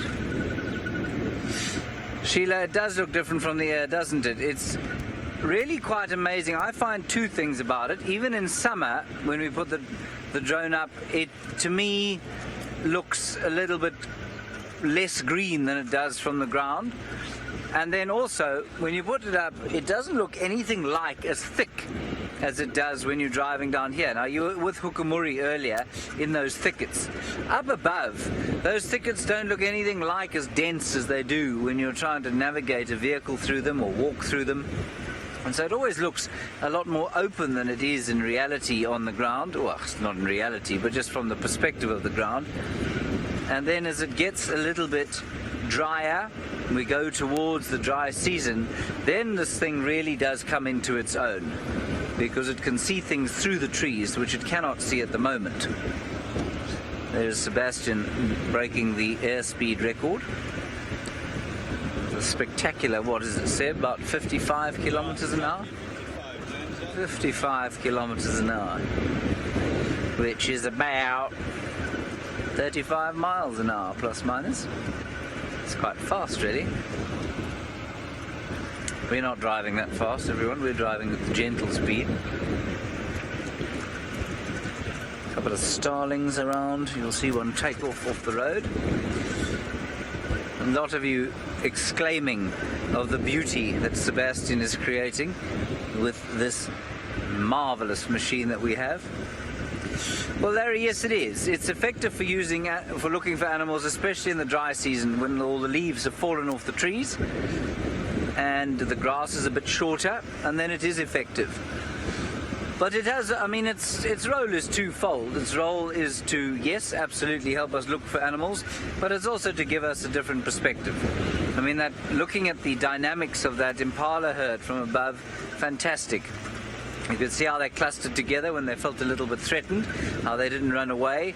Watching elephant herds from the top is amazing. And the most incredible thing to do with this machine is to follow a wild dog hunt, because you see how absolutely random it is most of the time. We have spouted countless myths about how we think wild dogs are the most coordinated hunters out here. They're the most effective hunters. And a lot of them, if you watch them from the air, a lot of those myths that we've told and read ourselves, that's why we've told them, appear to be absolute nonsense. There is a remarkable randomness to their hunting. Right, my plan is to head off towards Buffelshoek Dam once again. That's the northeastern corner. Just look around for Tundi, because I'm convinced that she's in that area. In the meantime, Ralph Kirsten is doing anything but flying. Well, exactly. I'm down here by a little water hole. It's kind of a little puddle. It's been visited by quite a lot of animals, it looks like. And, well, at least there's lots of mud around. And it seems like the elephants have been enjoying it, because there's some very fresh mud here that's been plopped on the outside. A nice big elephant track inside the puddle itself. And you see here, there's all mud that is on the branches, very fresh too, and it extends up into the tree up over here as well. And it seems like this elephant has thrown mud all over itself, and then possibly also into the tree. There's been a bit slopped all around as we walk through, and I just want to take you on a little stroll once you've seen that, because it seems like the elephants have really enjoyed themselves in this area today, and we've seen so many elephants. It's been fascinating how many of them have walked through this area today. And over here, it looks like they might have enjoyed a bit of a drink, and then coming into this area here, you can actually see how in some places they almost twirled their trunk to get some of this nice soft soil here, and probably also throwing it on themselves. So a little bit of mud and then a bit of dry dust. And you can see here, if I open that, you can see how wet it is. It's still, it hasn't been cooked by the sun. It's still wet on the inside, and broken all sorts of branches over here. This looks like another site where they've taken some nice soft sand and thrown it on themselves. So this is a wonderful elephant spot. They've probably been enjoying it underneath the Stambuti forest here. And, well, there's dung all over the place, fresh elephant tracks, and it is fascinating to be in their footsteps. Now, also, as I was walking, and we're still trying to find our leopard, but we did find a nice snake skin that had been pulled off in the grass by a snake. Now, obviously, they don't, their skin doesn't grow with them, so they need to shed it on a regular basis, and they literally hook their little nose onto something spiky, and then they almost climb out of their skin. And sometimes you can have it perfect, that you've got the whole skin as it doesn't break. But it's quite a thin snake, that did this, and it was down in the grass. So I'm not thinking any of the tree snakes. The spotted bush snake also normally do these a little bit more up in the trees. So I'm thinking something like a grass snake or a whip snake. Some of the fastest snakes that we do have are in that line or that species of snakes. Quite a thin, long snake that normally moves around on the ground. And as I say, one of the whip snake or the sand snakes. But very interesting. I'll just be leaving that down here. A spot there next to where the elephants had been throwing themselves some sand. Now, ghost user, we're not going to be seeing too many millipedes at the moment because, like with a lot of the other arthropods and all the little insects and all of that, they are summer active. So we'll see them after the rains, and that's when they'll start coming out. Like the dung beetles, they're all very dormant at the moment, or in their larval stage, or in the egg phase. So that, oh, Senzo's just pointing out to me, look at this mud. So this has obviously been rubbed on an elephant, and he's now come here for a lovely scratch. And something that I do like doing is just looking a little bit into the mud. Now, this is of the height where it could be a number of animals. It could be a buffalo, it could be an elephant, it could be a rhino. But with the evidence that we've got just behind us over there, it's most likely to be that of an elephant. And every now and then, if you just scratch in between the mud where they've been rubbing themselves, I doubt whether I'm going to find, but you never know, and you can get lucky. You do find the odd tick inside the mud, and that's obviously what they attempt to do. It's obviously a very nice feeling for them because they've got such thick skin that it probably feels very nice, but also sometimes find all sorts of little things inside the mud itself, but I'm not finding anything in here. Let's go digging around in the mud. See how useful my little stick is, hey?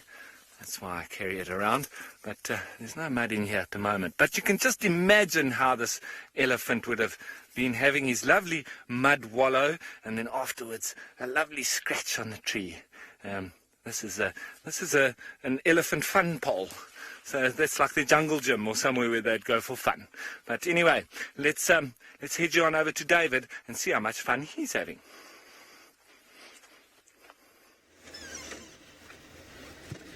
I've been trying to get some berries, some magic ngwari berries or the Natal ngwari berries. As I was saying before, I haven't gotten any. The ones I found are a bit green and not very ripe. Because as I said earlier, I want to make James a very special drink, and hopefully I'll get some before it gets very dark.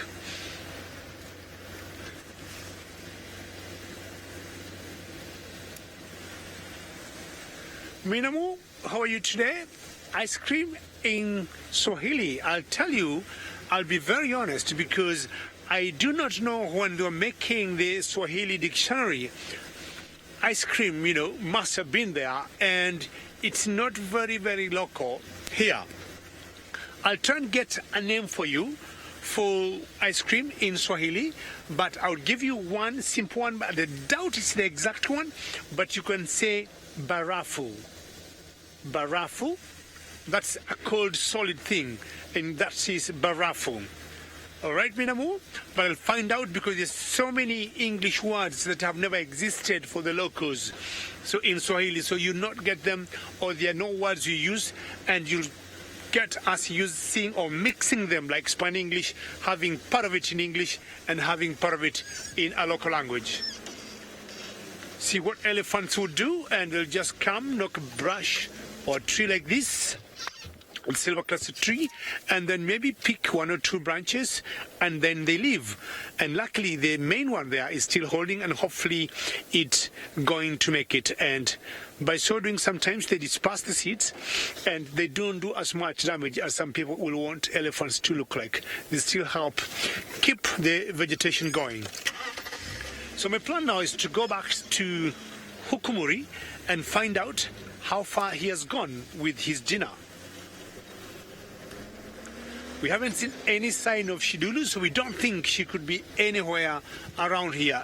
The tracks that were seen, maybe she could have been passing and tried to keep her distance away from Hukumuri, who knows. This is a pretty good hour now for cats to come out, and if anything, Hukumuri has had enough of his warthog. He should be looking for some water pan to have a drink and either go back to the kill or go to bed elsewhere. We'll be finding that in the next maybe 10-15 minutes when we get close to where we left him. And hopefully he is still there. So there's a challenge now of Hukumuri coming in play, and then there's Tingana. Not very far the last time we saw Tingana from where I am. We haven't had him sowing the last 2 days, and we do not know what that means. Is it respect for Hukumuri because he's coming in, or is it he's not bothered, or has he gone further out of this particular area? And there's Kijima, there is Quarantine, and all those are big players in this region. As James was trying to explain, the males sometimes will want to give each other space to avoid, coming and having a scuffle. Unlike the females, which will rarely do that.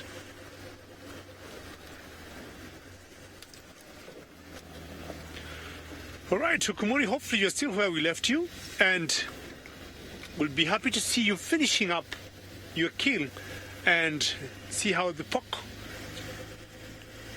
chops will have taken you or will have treated you for this night. Beautiful moon coming up there, moon.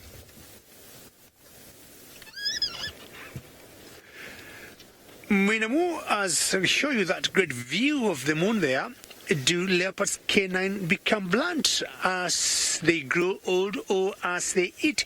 Yes, because canines have very important teeth to many predators, and more so leopards. Anytime they latch on their kill, apart from using their claws, the canine teeth come in very handy to suffocate or to help suffocate the prey. So what happens, they get blunt with time, and sometimes you either see them getting smaller or getting broken, because if they will use them when they're just crunching the bones and the canine teeth happen to be in the wrong position, it would easily get a crack. Minamu, yes, they get deformed, they wear out, and they get smaller. And of course, as the leopards age, like if you look closely at Tingana, they get more yellow in color. Thank you. That was very good view, of the moon there. And hopefully that tells me from my village, we have always believed if you're looking for something and you see the moon as much as half color, not any sign of cloud, close by, and you're holding, you're crossing your fingers, hoping to see something, most likely you see what you're hoping to see. So, and at the moment, I'm just crossing my fingers that we'll get Hukumuri where he was still eating, having seen that moon. Let me see whether that leaf still holds water or not. Ralph, in the meantime, is still walking on the road. Now, everyone, we are back on the road, but the reason why we've come back on the road is because we circled around and we almost were giving up on our leopard search, but we've just heard monkeys' alarm calling. That very typical cackle, cackle, cackle, and they start going very fast. Cackle, cackle, cackle, cackle. So, it's not monkeys' alarm calling now, but back towards Vuyatela. So I think I might have walked around. But they have, however, stopped now, so we're just trying to listen out. We're just trying to get back in that general vicinity. We might be calling a vehicle in quite soon because the sun is now set, so we're making our way back. What's the problem for now because we're so close to camp anyway. This here, it's like this morning giving us the runaround. We're around for a good few as we turn. Pretty sure that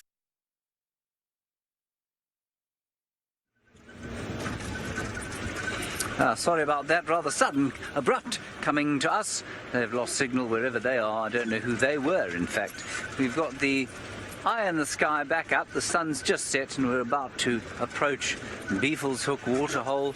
Perhaps Tundi has come for her morning or her evening drink. There we are. We had to put a few new batteries in there. Now you're flying towards the setting sun. Goodbye. Must have been fun. Obviously, one day we're hoping that we'll be flying this thing in the evening with a thermal camera on it.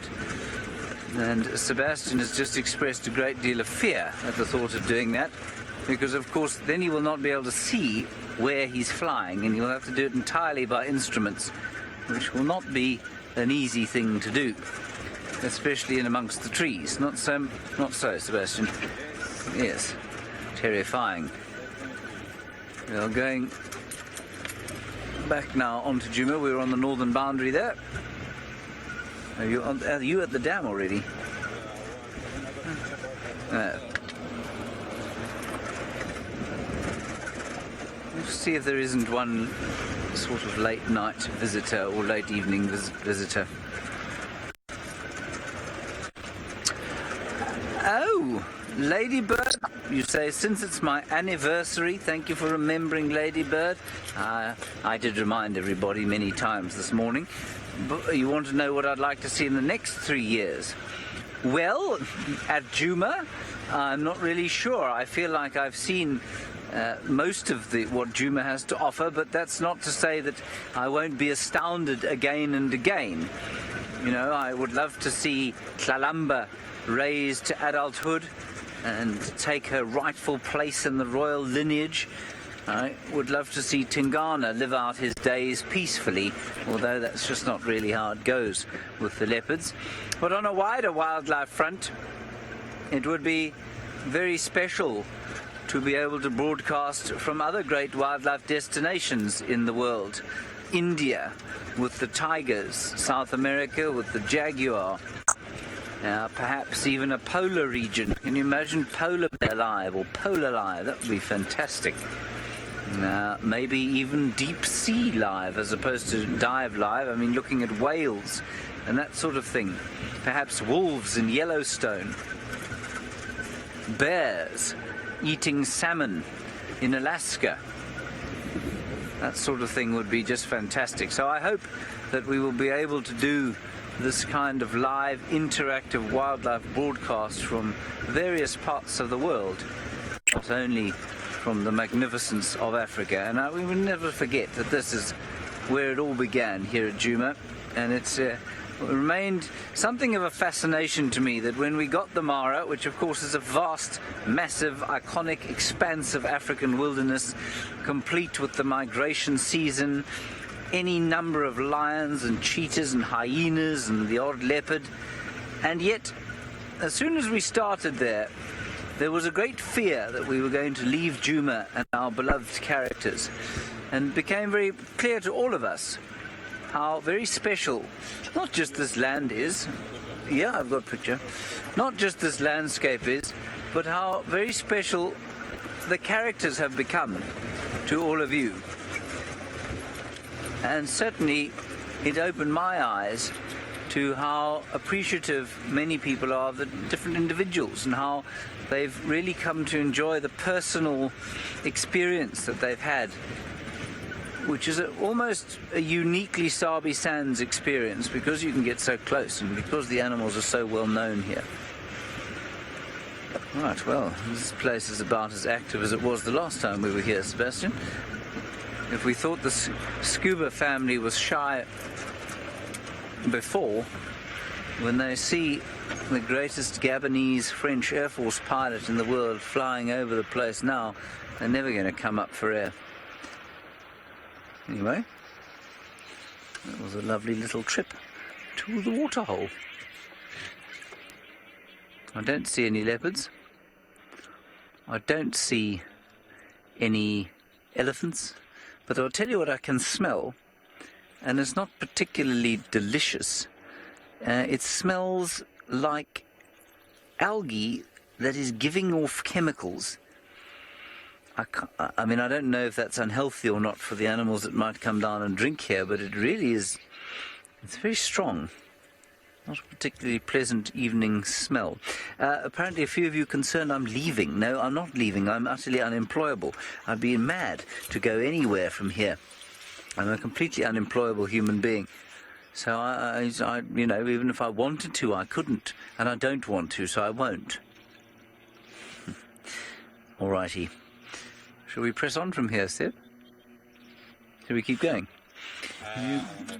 You don't have picture? No. Oh, well, Seb doesn't have pictures. He's flying blind. So we're going to have to land. Let's go across to Ralphie. I'm sure he's nearly home. He's going to be very frustrated if he doesn't find that cat.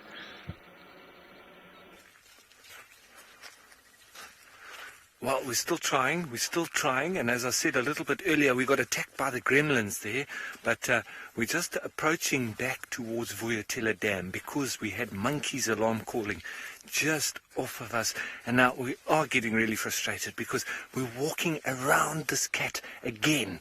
We were doing it this morning, we were driving around it, Taylor was pretty much walking around it, and Rex, the game scout who was with Taylor this morning, also feeling the frustration because we're almost on this cat, but just not showing itself. And I think having a sense of humor like the elephants, definitely laughing at us. But the monkeys told us, gave a very good clue, but it was quite strange because they called and then they stopped. So it's almost like the leopard realized that the monkeys had clocked it and it just went into the thicket, so the monkeys couldn't see it anymore. So we're just going to head back towards the dam. I'm sure that the viewers would have told us if the dam cam was picking up a leopard, but this leopard is in this area, and I'm sure maybe just after it gets dark it's going to come for a drink or so because it is here. So just frustrating that it's not showing itself, but well, that's what happens in the wild, and that's what keeps us coming back for more and working hard for what we eventually land up with, amazing sightings. It's not supposed to be easy, and that's the whole thing about it, and that's what makes it so exciting. So I can hear some birds just making a bit of alarm calls there, slightly, a little bit of agitation when the crested francolin, when they start with their little grr, grr, grr, can sometimes mean that there's an animal moving there. And we just stand here, we just stop and listen for a little while, because this cat is here. It's here somewhere. Senzo saying he's also hearing something over there. The monkey's alarm called just off of the pan here, just down into the Mlolwati over there. And that's when we were further south. So we've now returned this way, and I don't know, the monkeys can often see the leopard or lion from very far, and so it's not always just next to where the monkeys are. We couldn't find the monkeys, they were too far off, so you often stand and look with binoculars and you watch where the monkeys are looking themselves, and then you can get a good idea of where the animal is that they're worried about. Oh, that's an owl. Is it an owl? What is that, Senzo? Big bird just landed on top of that dead tree there. Get my binos on it. Yeah, it's a Verreaux's eagle owl. Can you see it?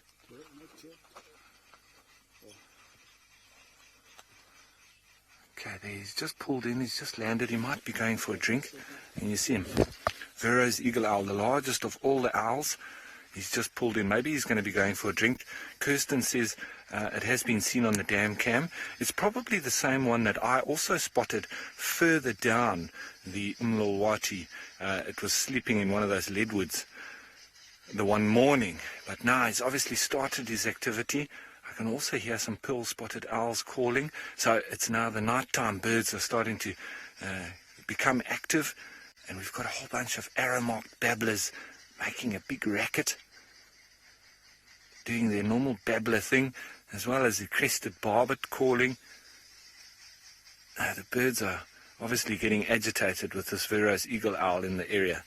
They don't want him there, they want him to vamos. But I'm sure if you watch now on the dam cam, sooner or later this owl's going to come down for a drink. It's lovely, actually. I've never seen it before. When I saw it in the river in the morning, he was actually trying to sleep, and he's got very pink eyelids. I'd never seen that before, because I've never seen them actually having a sleep. I've always seen them active like this. So that was the first time for me seeing that they've actually got very pink eyelids. Now, unique, you're saying that it's huge. I absolutely agree with you. You know, in Namibia, I used to often at the Okokoyo waterhole, which is the famous waterhole in the Kruger National Park. The Vero's eagle owls were nesting in a tree right next to the waterhole, and they used to come down and drink in the evening under the spotlight. And often there was springbok next to it, and they stand almost as tall as a springbok. It's incredible. They are huge, especially for an owl. So the largest of our owls, and I'm pretty sure they're probably one of the largest owls in the world. I'm not sure on any owl that is bigger than that. You're welcome to send in and tell us any owls that are larger than the Vero's eagle owl. It'll be interesting to know where and what those kind of owls occur, unless this is one of the largest that we get. It's the largest in Africa, I know that for sure. But they're very pretty, aren't they? They are the silent assassins. They kill in the darkness and very silent flight as well. They've got specific feathers on the bottom end of their wings that actually breaks the noise as they flap their wings, and so they've got that silent flight, as opposed to the other raptors that come in and they are quite noisy as they do fly through the air and they flap their wings. These guys have got a very silent flight, and it does help them then zone in on their prey without it knowing that they're coming. Very pretty. And they can also swivel their heads 180 degrees so they can look straight back over their back. So it seems the nighttime animals now are starting to become awake. We're going to have to start heading back towards camp now. It's going to be dark soon, but I know that David is back with a nighttime predator. I wonder how things are over there. Yes, leopards being active either during the day or at night. Hukumuri is still showing us he is one of them, and he has devoured the whole pig. Is finished, and we came back here 5 minutes ago and there's nothing left. He has cleaned his plate, wiped his table. I'm not sure he had a dessert, but what he's doing now is just to lick his paws and just looking at us and saying, yes, that was great meal. Very nice pork chops there. I look at him, I've been thinking, comparing the two of them, you know, him and Tingana, but I think he could be a bit short, but much stockier. Bigger head, smaller dewlap. But of course, he is a lot younger than Tingana, so he has every reason to look better that way. Up he goes. I'm not sure what he wants to do or where he wants to go. As I said earlier, most cats are opportunists and they don't care. They might be full, and if an opportunity comes by, they might go for it. I do not know whether he has anything left where he has gone. I might have to reposition a little bit and find out what he could be doing behind that thicket there, because we can't see him now. Just back up a little bit and then maybe go forward another 3 meters. Oh, no, he's on the move, sorry. My apologies. And you can see him there moving. There's not much he was doing there. And I do not know whether he's going for a drink. And look at that massive belly. That boy is so full. I don't know how many kilos of water he got in his tummy now. Very slow walking. He can't walk on a fast pace. I'm trying to imagine if the hyenas would come chasing him, whether he could even be able to turn, leave alone running away, because of how much he has eaten. And he got such a huge belly now. He is so full, and I just got a feeling he could be going to look for a drink, and we'll follow him slowly and find out where he will take us. Let's find out, Hukumuri, what you want to do or where you want to go now.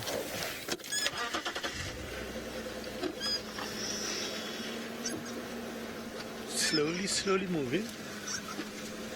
And we'll also try and move with him slowly and find out.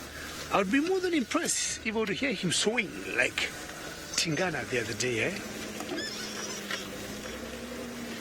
I've always thought, would you be able to tell sowing on different leopards? Maybe that could be a big challenge, to to James, Ralph, Taylor. Well,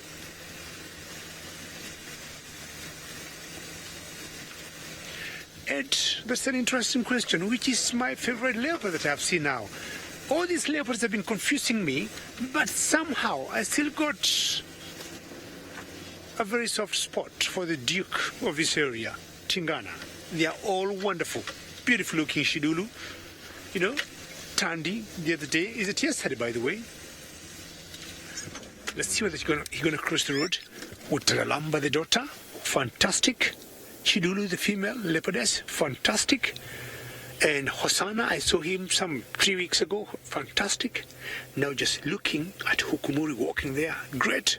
But Ed, I think somehow Tingana keeps, holds a very special place in my heart.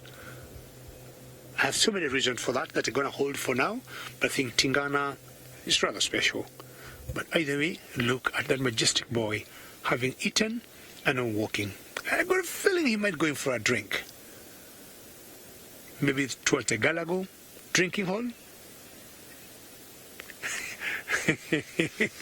And you say, Hukumuri looks pregnant. Yes, from a distance, if you not be able to tell it's a male, and just see a big leopard with a big, big belly, you'd very, easily say it's a female who is pregnant.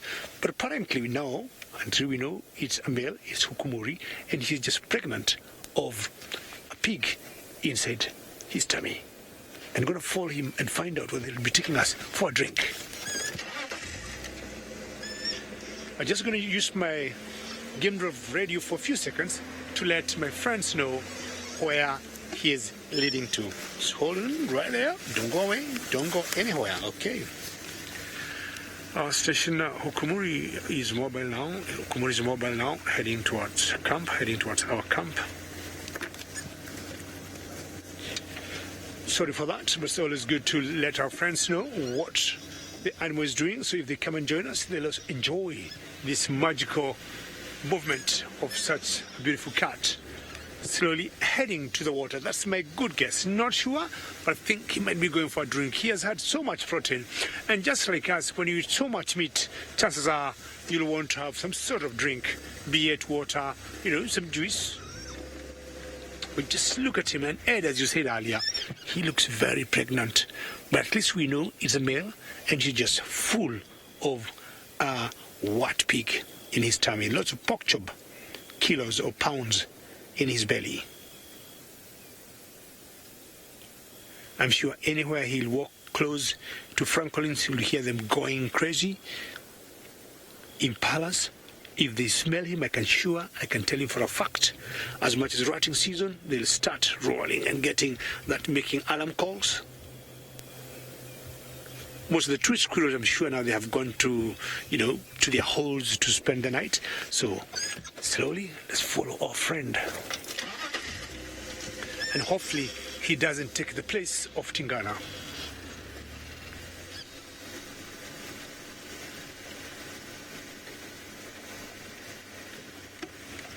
Ryan, good question. What's the difference between a jaguar and a leopard? I would say, number one, to start with, jaguars could be big in size than leopards.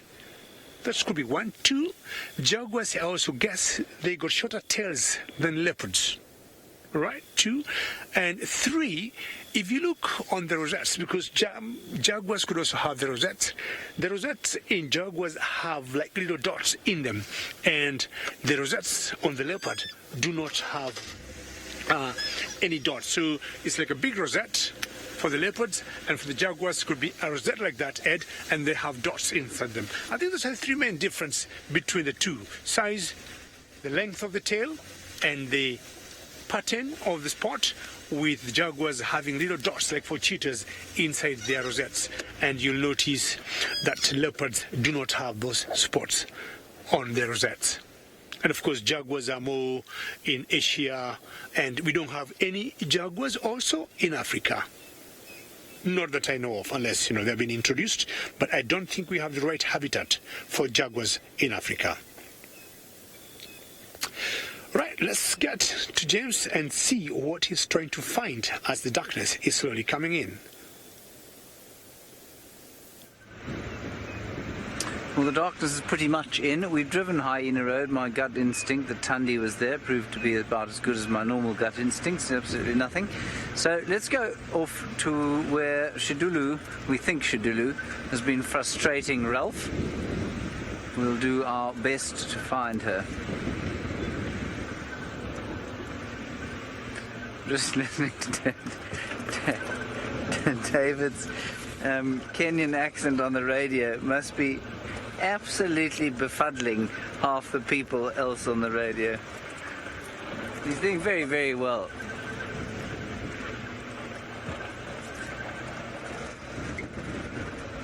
Let's turn David down. Sorry, Kirst, I was listening to David's very pleasant Kenyan burrel. Yes, Ravinda.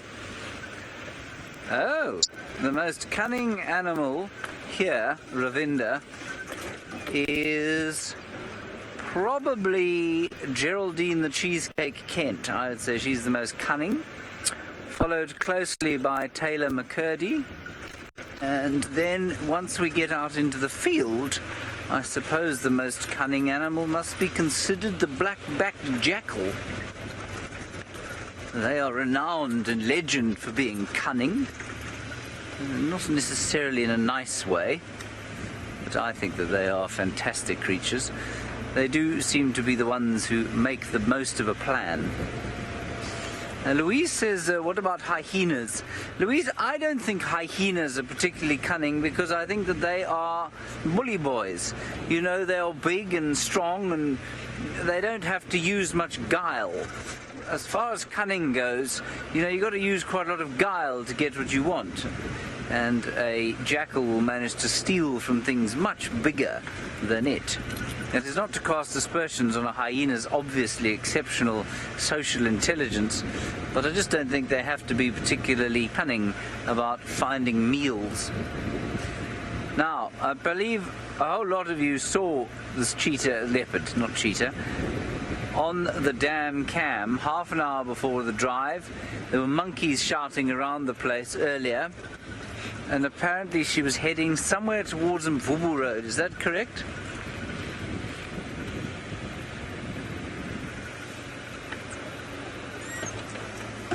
Alright, well, we can drive up Mvubu Road and see what we find. I doubt she'll come for another drink. Louise, of course, Louise Pavid, that is, who is in the final control at the moment, had the experience of listening to an animal crunching bones earlier on, which I think Ralph told you about, and that was from her front porch. Now, the fact that they didn't find anything there tells me that whatever was eating finished their meal, and it wasn't very large. Apparently I need to check on the right-hand side. Well, there we are. I'm checking on the right-hand side of where I am. She may well have gone off into the block here, of course. Ralph Kirsten is going to be in a state of supreme frustration when we get home, especially if we find her. Then he may well not speak to anybody. He'll just close his door and emerge tomorrow and pretend like nothing happened today. That's how I'd react.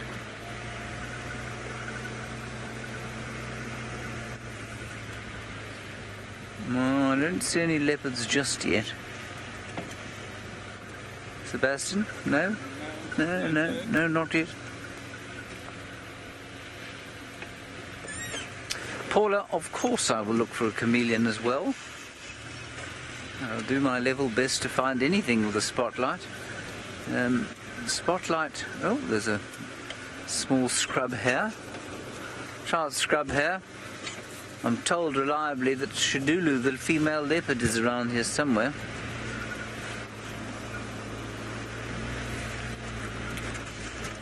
Of course, the bush does remain quite thick. Now, Sebastian, if you had a thermal drone in the air, that would be extremely useful. We would be able to see the slinking heat of the leopard moving. I'm amazed that and wonder if she isn't searching for Hukumuri. I'm wondering if she hasn't come back into heat. Apparently some of you wondering where my new hat is. This, believe it or not everybody, is the final drive for this hat. After today you will have to say goodbye to this hat. Likewise, my green shirt that I was wearing today has now come to the end of its life. That may sort of come out of retirement from time to time. Taylor McCurdy apparently would like me to sign the hat and give it to her. Taylor, sarcasm is my strong point. I will not sign my hat and give it to you. This is ridiculous. My hat will go quietly into the night. Kirsten says I need to write a poem about my hat at the end of this drive for everybody. No, Kirsten, I don't believe that I need to write a poem about my hat. I'm not very good at poems.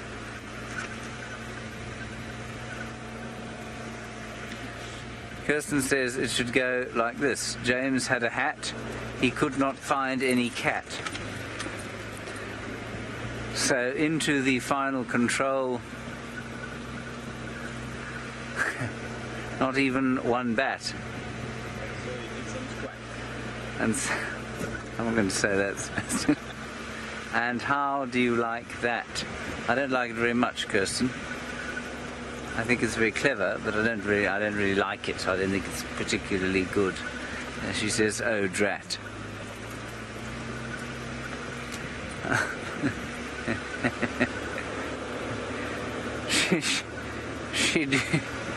She do lose the female leopard is not here. Let us turn around and head back down this road.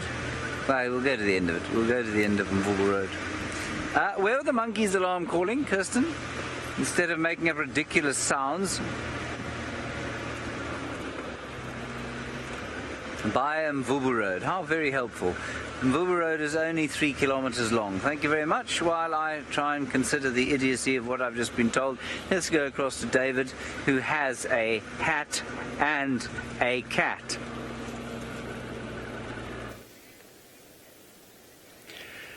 As I said earlier, I think Hukumuri could be going to Galagopan for a drink, and certainly I think that's what he's trying to do, and we'll follow him very slowly and find out if he'll have a drink, and then we'll see how that will pan out. Having eaten so much pork, he's now right in the middle of the road. We had lost him for a few minutes, and then we've been able to get hold of him again. So let me just get myself to the normal range as I drive, and we see where he wants to go. But most likely he's going for a drink, definitely. No doubt about that. We'll try and follow him, not getting so close to him to respect his distance. What I've noticed, he's not scent marking a lot, as Tingana would be. I do not know why it's because of age, but Tingana it would be like every 2-3 minutes he would scent mark. But Hukumuri, since we started following him from his kill, he has only scent marked once. This could be the second time now he's doing it. Let's just see what he does. Tingana every 2-3 minutes he'll show his presence, but Hukumuri is only once for the last 10 minutes he has scent marked. Either he is too full, but I'm sure now he may want to do it. Yes, and there he goes. Scratch the bushes, I was sure, and then a bit of splash. Excellent, and no doubt he is going for a drink.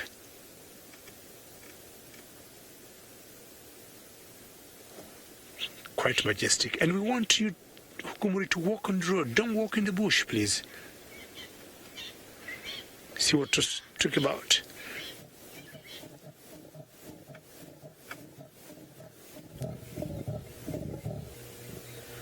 Alrighty, now that reminds me of Tingana. That's Hukumuri. You can hear all the impalas now, and maybe he's putting his tail up. I hope you all heard that one. Good ambience there of him sowing.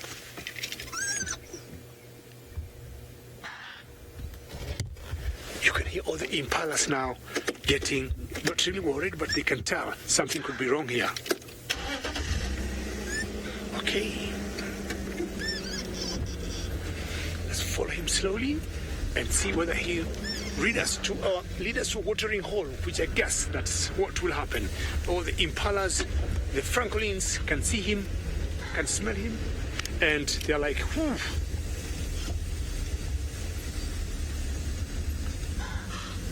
You can hear all the impalas now. Alarm calling. Not very comfortable with this boy here. Sorry, Tingano. Sorry, Hukumori. Can you hear that?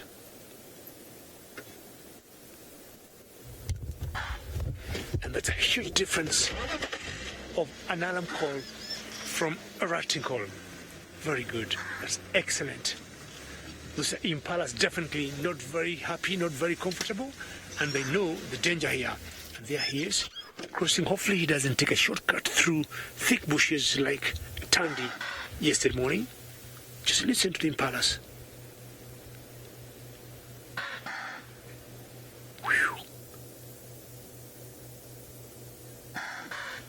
Fantastic. So the best echotones you'll hear of the bush couldn't be better than that.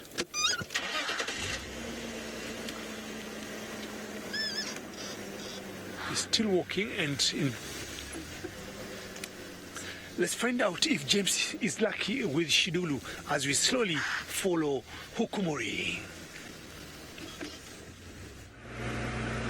Don't be silly. James is not having any luck. He's going through the driest of driest spells. Today, although this drive has gone quite quickly, we found one herd of impala. Some giraffe, which hid behind a bush. The hippos we had at Cheetah were fantastic. But other than that, really, it's been a little dire. And I apologise for that. I am doing my best, I promise. Taylor broke her dry spell yesterday in spectacular fashion.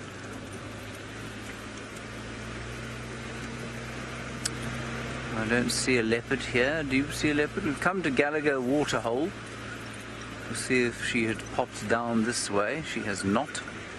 At this stage, drove all the way up to the top of Mvubu Road, came back down Mvubu Road. Who is this coming towards us? This is not Hukumori, is it? Is it? Ah, it is David. I think David is going to find that Hukumuri is coming towards this water to drink. That's exactly what's going on. Kirst, if you wouldn't mind, just tell him to keep coming. He's not going to disturb us. We'll turn around and go the other way. I'm sure Hukumuri is coming down here for a drink. Let me get out of his way. As the only person who finds any animals today. Right. Get out of his way, as I said. These cars, when they come towards you and the lights are all on, look like spaceships. I tell you, it would not surprise me one little bit to find that Shidulu was looking for Hukumuri and that she'd come into heat again.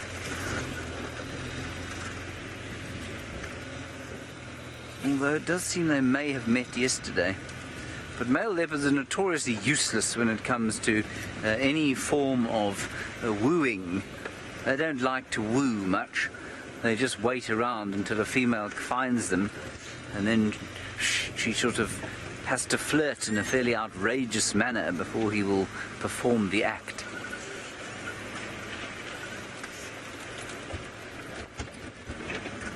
Yes, I think he's obviously going to have a drink there. Right, Hukumuri has not arrived at the water yet, but David has.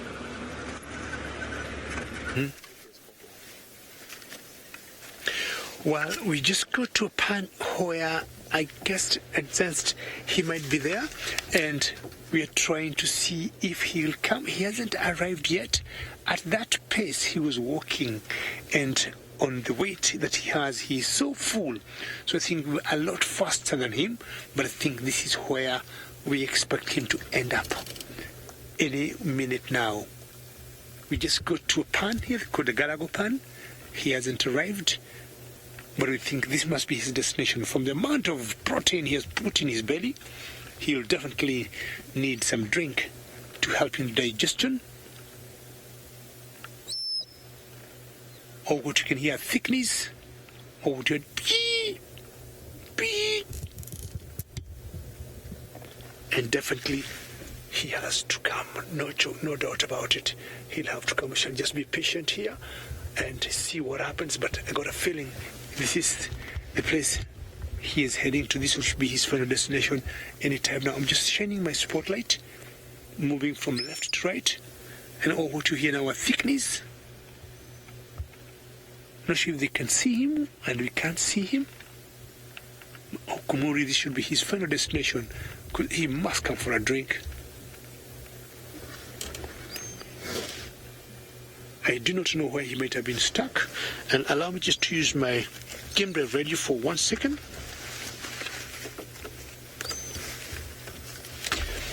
Yeah, he moved and he was heading to the Galagopan. That's where we are. We are waiting for him here at the Galagopan. We think he might come for a drink.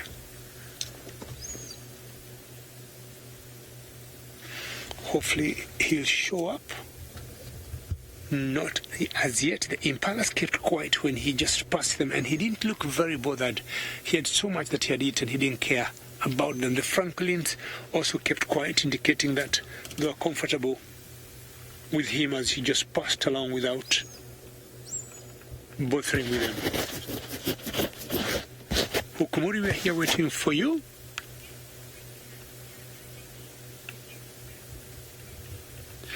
Bobby, I think your question is, could, cats overeat? And I would say so. I mean, if they're not sure of their next meal, Bobby, cats might want to make sure they finish all what they hunted, just in case they don't want to share it with anybody else. And it has happened many times where we have seen some, cats like leopards, the lions struggling, especially most for the males. They can't even move because of the amount of the tons of kilos of meat they put in their bellies. That has happened once in a while, and you'd see them struggling. Then they become very uncomfortable. Even when they lay down, they keep changing positions, and you've found out it's just because of overeating. That would happen a lot. I wouldn't know what would happen if they get constipation, but that's a very big possibility that can happen. All right, Bobby, we're still hoping this full Hukumuri boy will show up here at one point. And very strange, he hasn't arrived now. I don't think we were that fast than him.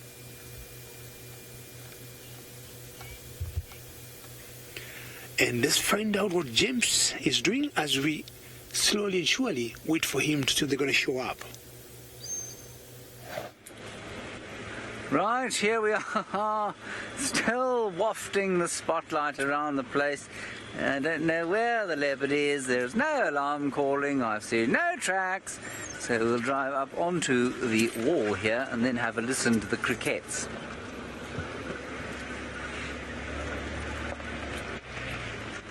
Is everyone sad that the end of my hat is coming? I'm sure you all are. Many of you have complained about my hat with good reason, and I don't blame you for complaining about the disgusting nature of my hat. I see nothing down in the valley of this great raging torrent that once was.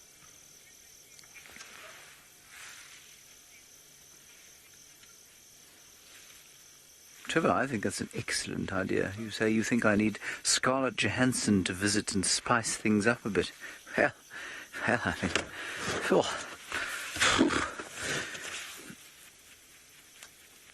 yes, I think that'd be a rather good idea. My life spiced up a bit by Scarlett Johansson. Sure.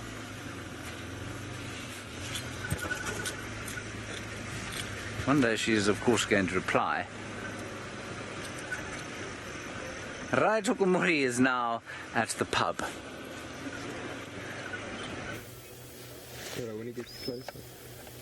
Well, finally, Hukumuri is arriving here in style, and the first thing I saw was some orange shiny eyes like stars coming out of the thickets. And now just look. Here all the thickness, and there Hukumori comes, heading to the pan as we guessed he would. Look at those eyes, they look like stars on a dark night.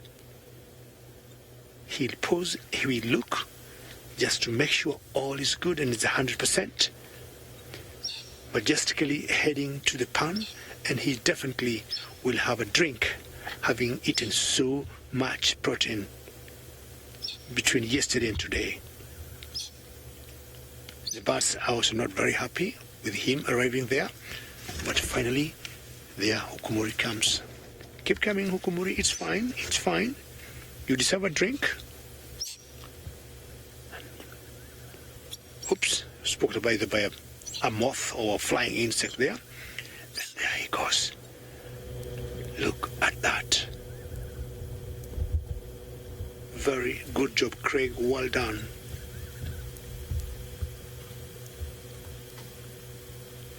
Viewers, please let us know your thoughts at that sighting. I don't want to talk a lot, but tell us what you feel, what you see there. Just try and describe the sighting. To me, I would call it a magical sighting. I'll use my game drive radio for a minute. Keep coming, keep coming. He is already here and he is having a drink.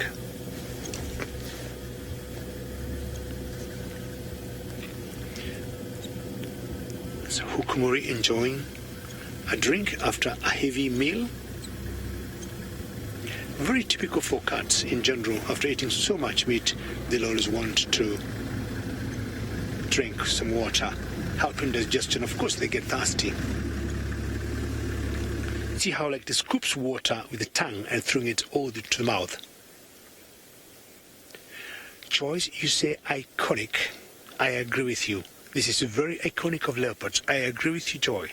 It's a very good reference. Iconic is a great word.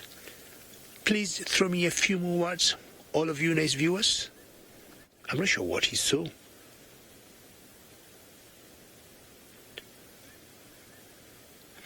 Glaze, you say epic. I'll also say epic. I'll echo you and also say epic. Thank you so very much. As usual, hashtag Safari Live for Hukumori doing something magical here.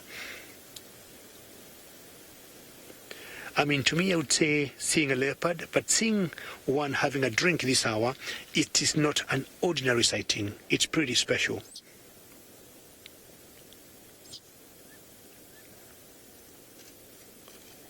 Purely marvelous.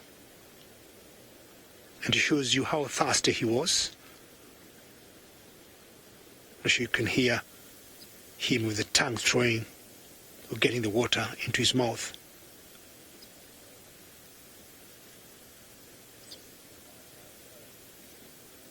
He must have been very thirsty. You can see that belly there.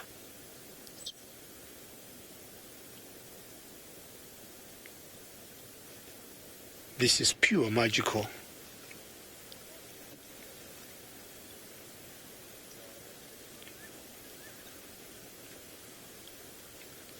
Beautiful, beautiful. I'm sure everybody's enjoying this just like I am. It's the first time I have seen Hukumori. I had never seen Hukumori before, and how nice to see him eating, and now, almost ending my day with a drink. I can now profile him better than before, and I would say he looks pretty big by any standard. Do you not as big as Tingana? But yeah, he looks having a broader head. He'll stop drinking should, he sees something. If there could be any antelope at the moment think to come for a drink, I would guess he can easily stop drinking, pull back, and wait for it to come and drink, and then latch on it. I will not be surprised. So as much as he's drinking, he's still thinking, if anything comes my way, you never know. Well, I didn't get the berries I wanted to get for James for his anniversary, but let's find out what he has to say about it. We've got an alarming impala. What is that on the road? It's a bunny. They're staring down this way. They are going crazy. Oh, maybe down towards the tent. Oh, it's somewhere here. Unless something's been... There's a duiker there. Looks like it might be whacked. I think it's gone down towards the tent. Whatever it was. Oh man, this is so frustrating.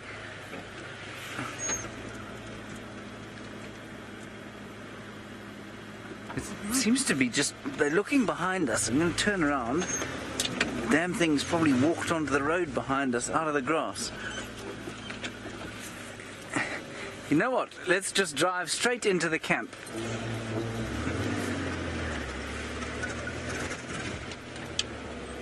They're still looking down this way.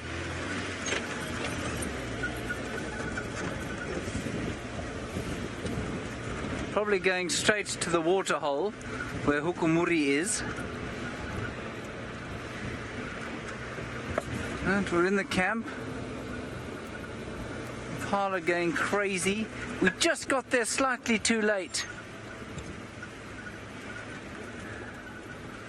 So many bleeding bushes all in the way. No, nothing down there. Nothing. Oh yes, there are a couple of people in the camp, but that's not valid.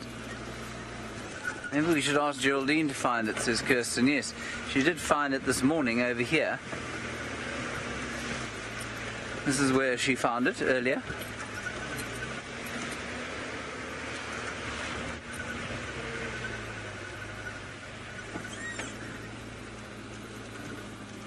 Let's stop and listen.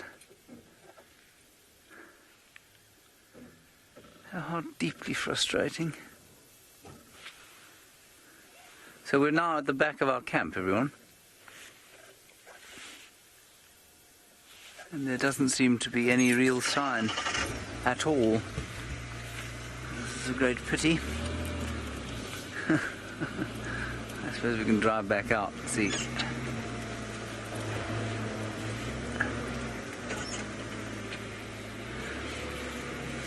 I think that's probably it. You know what, let's just quickly drive out. If you don't mind sitting with me, indulging me for 1 minute of my anniversary drive times 2. Let me just nip out onto the road once more and see if we don't get lucky and find what Ralph has been looking for the whole day. At least then he would be vindicated for his efforts.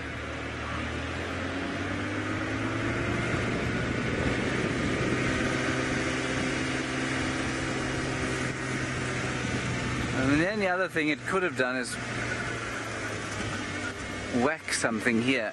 Absolutely, Debbie, you say she's been circling Juma all over the place all afternoon. She most certainly has. There she is. No, that's a hyena. Tracks, I meant, not actually her. That would have made many people's hearts stop. Sorry about that. No, that's it. I give up.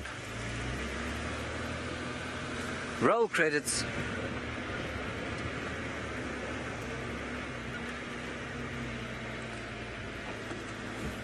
All right, everyone, that's going to be it for today.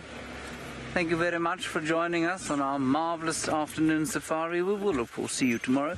Mostly thank you to all of you for joining me over the last 3 years. It's been a privilege and a pleasure, and I hope it will continue for many years to come. We'll see you tomorrow morning. Bye-bye.